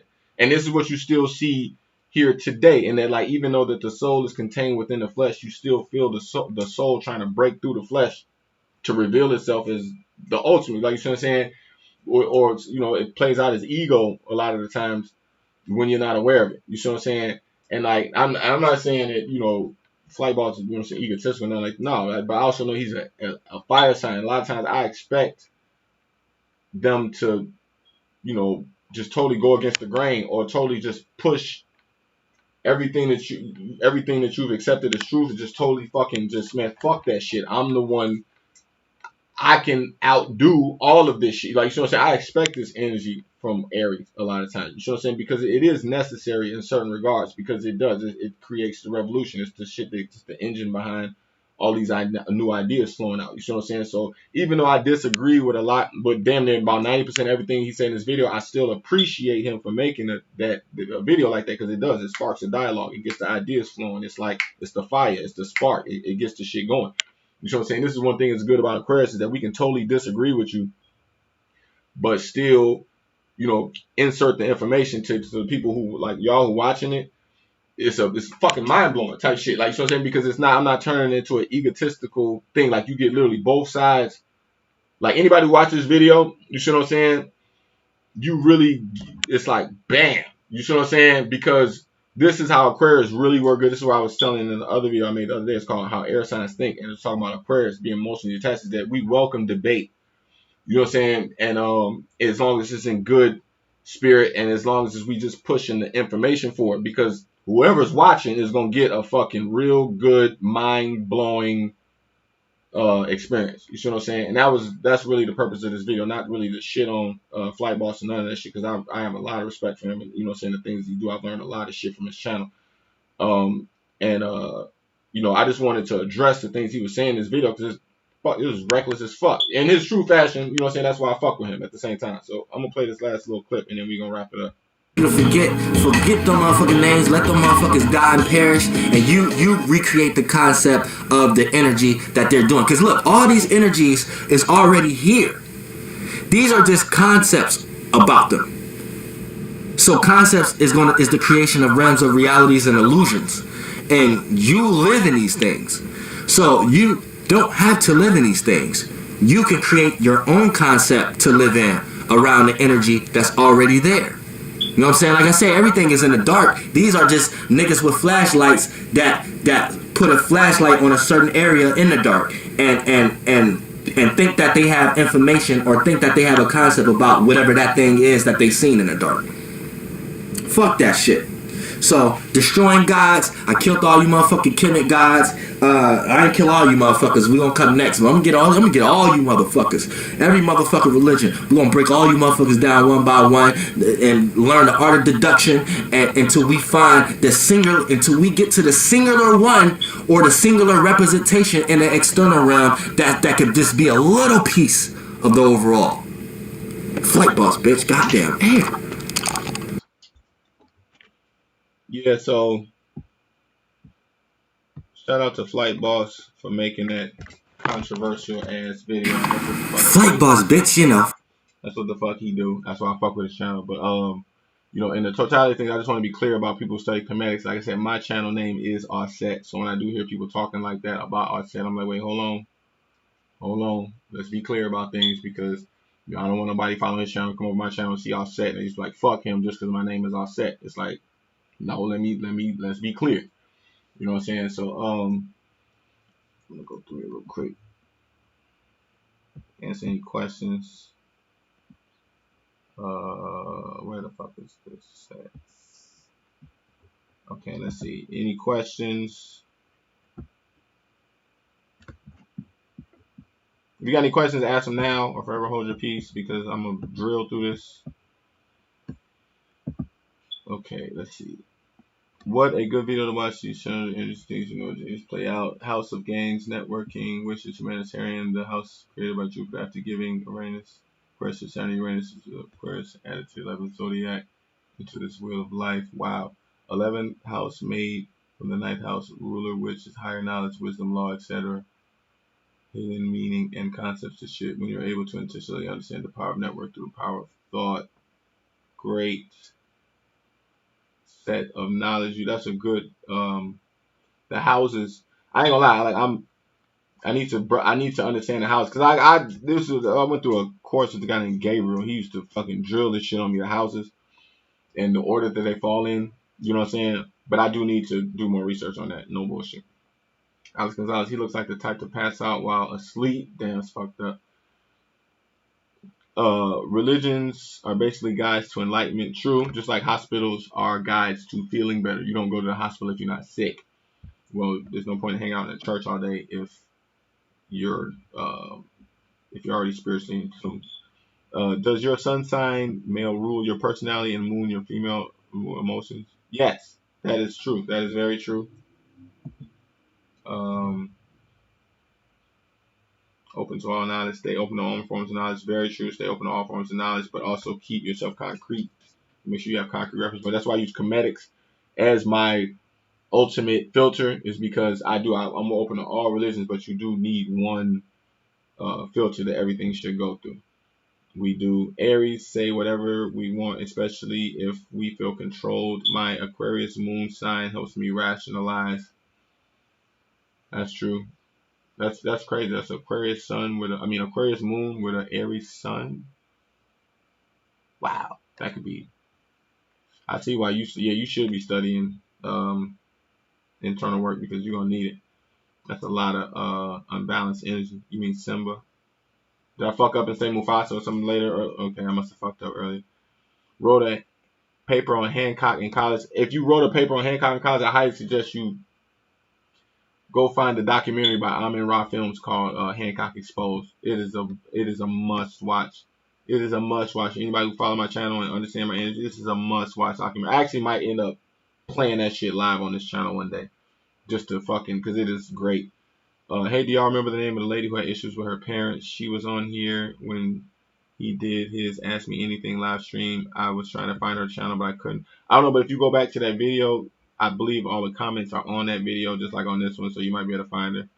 Sequence, yes, sequence, another word I use, synchronicity. One number has more than one meaning. This is true, depending on which numerology system you're using. But also, even too, in Kemetics, the numbers, they are like symbols, and that they're multi-dimensional, they have multi-meaning. Predictive, yes. What are your thoughts on gematria? Gematria, what is gematria? That's like is that like geometry? Like sacred geometry? What is gematria? Kabbalah interpreting Hebrew scriptures by computing the numerical. Oh, right. Okay, right. That's some shit I really couldn't get into, and I do know that like certain words do have a numerical meaning behind them, but the systems that they were, it was just too many. Like I've seen, matter of fact, I've seen a dog. What do they call it? The dogma? Not the dogma. The Dogon. The Dogon gematria system is ridiculous. Like I've seen the Jewish gematria system, and that was just too confusing for me to get into. But when I saw a motherfucker demonstrate the Dogon, the numbers behind the word, I was like, yo, I need to learn this shit. This shit is like, it was amazing. But at the same time, no, I'm a total novice when it comes to gematria. I probably need to look it up more, and I'm actually glad that you brought that up because I am going to do more research on it. Let's see, the apple and the tree of knowledge. Yeah, that's why if you look at the what is it, the Department of Education, I believe their logo is the tree of knowledge, which is also too why kids give apples to the teachers because the apples represent the knowledge, like the tree of knowledge. You know what I'm saying? Like I said, the Department of Education uses the tree of knowledge as their logo. Mirror thought, like a 3D printer. I think you was talking about when we were talking about Sobek, the unseen becoming the seen. Yes, it is kind of like a 3D printer in that like the program produces the 3D version of what it is you're talking about. You have to sacrifice. It's the law of sacrifice, and it's interconnected with faith. Yes, you do have to sacrifice. You do not have to sacrifice living beings. We've already discussed as far as like I said, I've buried animals that were like dead already in the street. But you can't just be walking around burying dead animals because like that's just gonna be fucking creepy. But like you really want to get your intent down. Like you really have to feel the pain of being a dead body out in the street. Dead. Like this is what understanding Asar, which is law number 1, which is death. Like somebody really has to die for you to really get these principles. So like you really got to understand the law of Asar before you can really start going into like burying an animal. You know what I'm saying? Or burying something. You know what I'm saying? Or even taking part in a funeral. You know what I'm saying? And really embodying these concepts in that funeral. You understand that this particular funeral was put in front of you for you to manifest these concepts. You know what I'm saying? That works as well. And also too about sacrifices that I've also burned a lot of. Like me, like I'm just like I said in another video, I was studying minimalism or being a minimalist, which means that like I'm getting rid of a lot of shit that I don't need. So I've burned a lot of just shit that was just like I've thrown out a lot of shit too, but like I've also had times in my life where I've burned things that really had a lot of meaning to me before, but no longer mean anything to me no more. That like emotionally you just don't want to give up. You know what I'm saying? Sometimes you gotta burn that shit because it frees you from the lockdown of this planet, which is a lot of times when we say Sobek, when we talk about Sobek, you can get locked into the 3D world too. In that, like, it's supposed to be an exchange on Earth as is in heaven. It's also on heaven as is on Earth. You know what I'm saying? So as above, so below. You know what I'm saying? As below, so above as well. You know what I'm saying? So it's so back is like when you look at number 8. That's what you look at number 8. That's what 8 is. 8 is so back, but it's as above, so below. It's the number 8. So you want to make sure there's like this. You don't want to be locked in the like a lot of earth signs get locked in the physical world, and all they think about is money, car, house, tangible items, shit like that. So like, you want to sacrifice. You know what I'm saying? Certain things in order to. I even buy things knowing that I bought this to sacrifice it later. You see what I'm saying? So you want to practice different levels of sacrifice. And that doesn't necessarily always mean killing animals or burying dead animals. You know what I'm saying? That comes with growth, and you want to work your way up to that level where you start to feel that Asarian connection with the dead and understand that there's a relationship between you and the other side, and then you can help bridge that more by actually burying something that died. But you want to get to that point. That's why I say learn. That's why I say whatever you're learning, what a person study, have your own perception of it. That's how I study. Yeah, and I use, like I said, I use Kemetics as a real good filter. And I'm hoping as I'm explaining these things that you can start to see why I use Kemetics as an underlying filter, because it is. It's literally like some of the most original concepts that was ever created. That when you look at it that way, you can see how far off we are living in this day and age. I like to argue if it's done through power of wit, not emotion. That's some true Aquarius shit. I've been studying astrology my whole life. I learned to network everything into astrology. I filter a lot of knowledge through astrology, numerology, religion. I do as well. Flight Boss is not just an Aries. He has a trine of all the fire signs. He has Aries, Sun, Leo, Moon, and Sagittarius rising, I think. So he is all fire. I don't know if that's true or not, but I wouldn't doubt it per se. You know what I'm saying? So, in his world, he's not wrong. You know what I'm saying? That's why me as an Aquarius, I can respect it. I wouldn't come out and say he's wrong per se, because like in his world, this is how it has to look. These are things he has to overcome. So like, from a fire standpoint, I get why they say these things. You see what I'm saying? So, in his world, it is everything he said is true, and I can understand that. That's some Star Trek shit. In Star Trek, they got some shit called the prime directive. Basically means that like these are motherfuckers in a UFO orbit in space that can teleport and pop up at any given moment. So like the reason they don't do this shit because they don't want to fuck up the timeline. Like they want every universe to experience time without them interfering on it. This is why a lot of times they say like UFOs remain discreet, because this universe has to play itself out for what it is, so they can study it without intervening on it. You see what I'm saying? So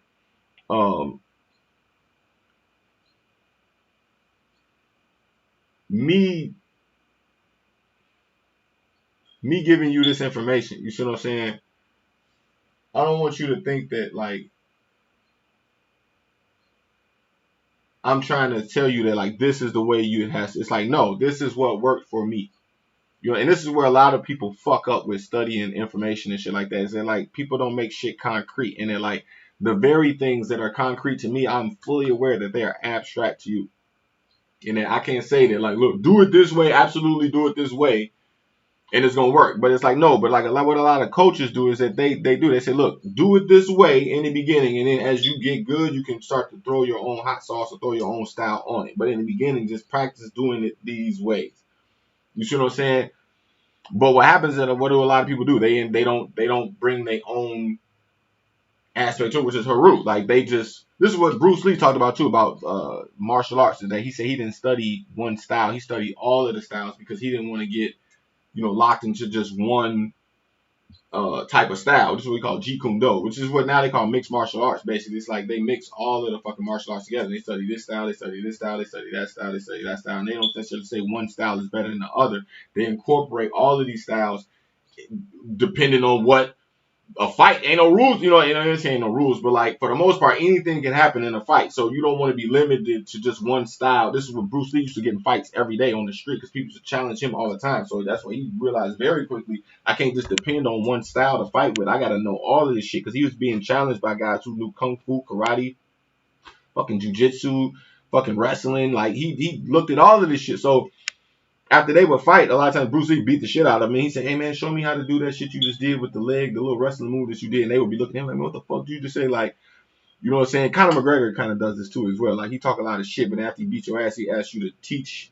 He asked, "Man, show me that shit you did." You know, because he had a lot of respect for a lot of different styles, and he didn't necessarily say that one style was better than the other style. So like even when you're dealing with my channel, just know that like just because I'm giving you all this information, don't necessarily mean that like I believe that comedics is the ultimate way toward enlightenment. I don't. You know what I'm saying? I truly believe that you have to go through all of the styles. Masons kind of believe this shit too. That's why Masons accept anybody from any faith, any religion, all that shit, because ultimately they know that you can go through any one of these paths to get to enlightenment. You know what I'm saying? So just know that, you know what I'm saying, when you're on my channel, that I, even though I do promote a lot of comedics, I don't believe that, it's the end all, like, or the master key. You know what I'm saying? I believe it is one of the biggest keys that you could have, but I do not believe it is literally the master key. And when the movie came out, it blew my mind thinking, wait, hold on. What that shit is?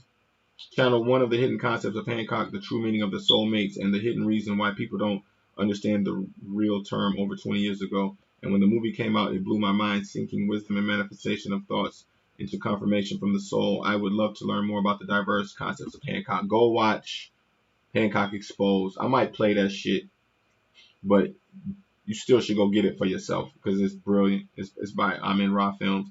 Flight Boss also said in one of his videos, the moon sign, according to Eastern astrology, is more correct in his perception of astrology. I study and practice both Eastern and Western astrology. Most of my astrology is Western astrology. I'm very, I'm not too familiar with Eastern astrology. I kind of know it, but like I'm total novice. You know what I'm saying? I stick to a lot of what I know, but I do appreciate, you know what I'm saying? If there's anything I think I should check out that, like, I send you a lot of people who follow my videos, you know what I'm saying? If I'm saying something that's in sync with another concept or something, like, leave the information in the box. I love to see the parallels between, the things that I'm saying versus, other people's interpretations, because I believe that the more interpretations you have of a concept is really better than just knowing the concept alone. You constantly need to ask people their interpretations. This is like a movie, you know what I'm saying? Like, one of my favorite movies is The Matrix, you know what I'm saying? That's why a lot of times when I'm talking to people about The Matrix, I ask them, what did you think? What part stood out? And like, versus me telling them, The Matrix is written by a black woman and it's comedics, and Neo is Asar and he resurrects his Neo. You know what I'm saying? Like, a lot of times I listen to people's interpretations more so than giving my interpretation, because the more interpretations I take in, I've learned that it's a lot more, it works a lot better for me. You should learn more astrology. It will blow your mind to the higher realm of knowledge. Well, yeah, like I said, if there's anything I'm saying, leave it in the comments if you hear any type of parallels between things I'm saying, man. And I really appreciate it. I've learned a lot on this channel just dealing with the people who follow my channel as well. I appreciate it. But I'm gonna wrap this video up. This video long as fuck. I didn't even think this video was gonna be this long. I actually missed doing some shit I was supposed to be doing, fucking around with y'all. So big shout out to Flight Boss who inspired this video. Like I said, it's no disrespect. I appreciate all the information you put out, and I just want to be clear about comedics. And if you haven't subscribed to my channel, make sure you subscribe to my channel. Peace.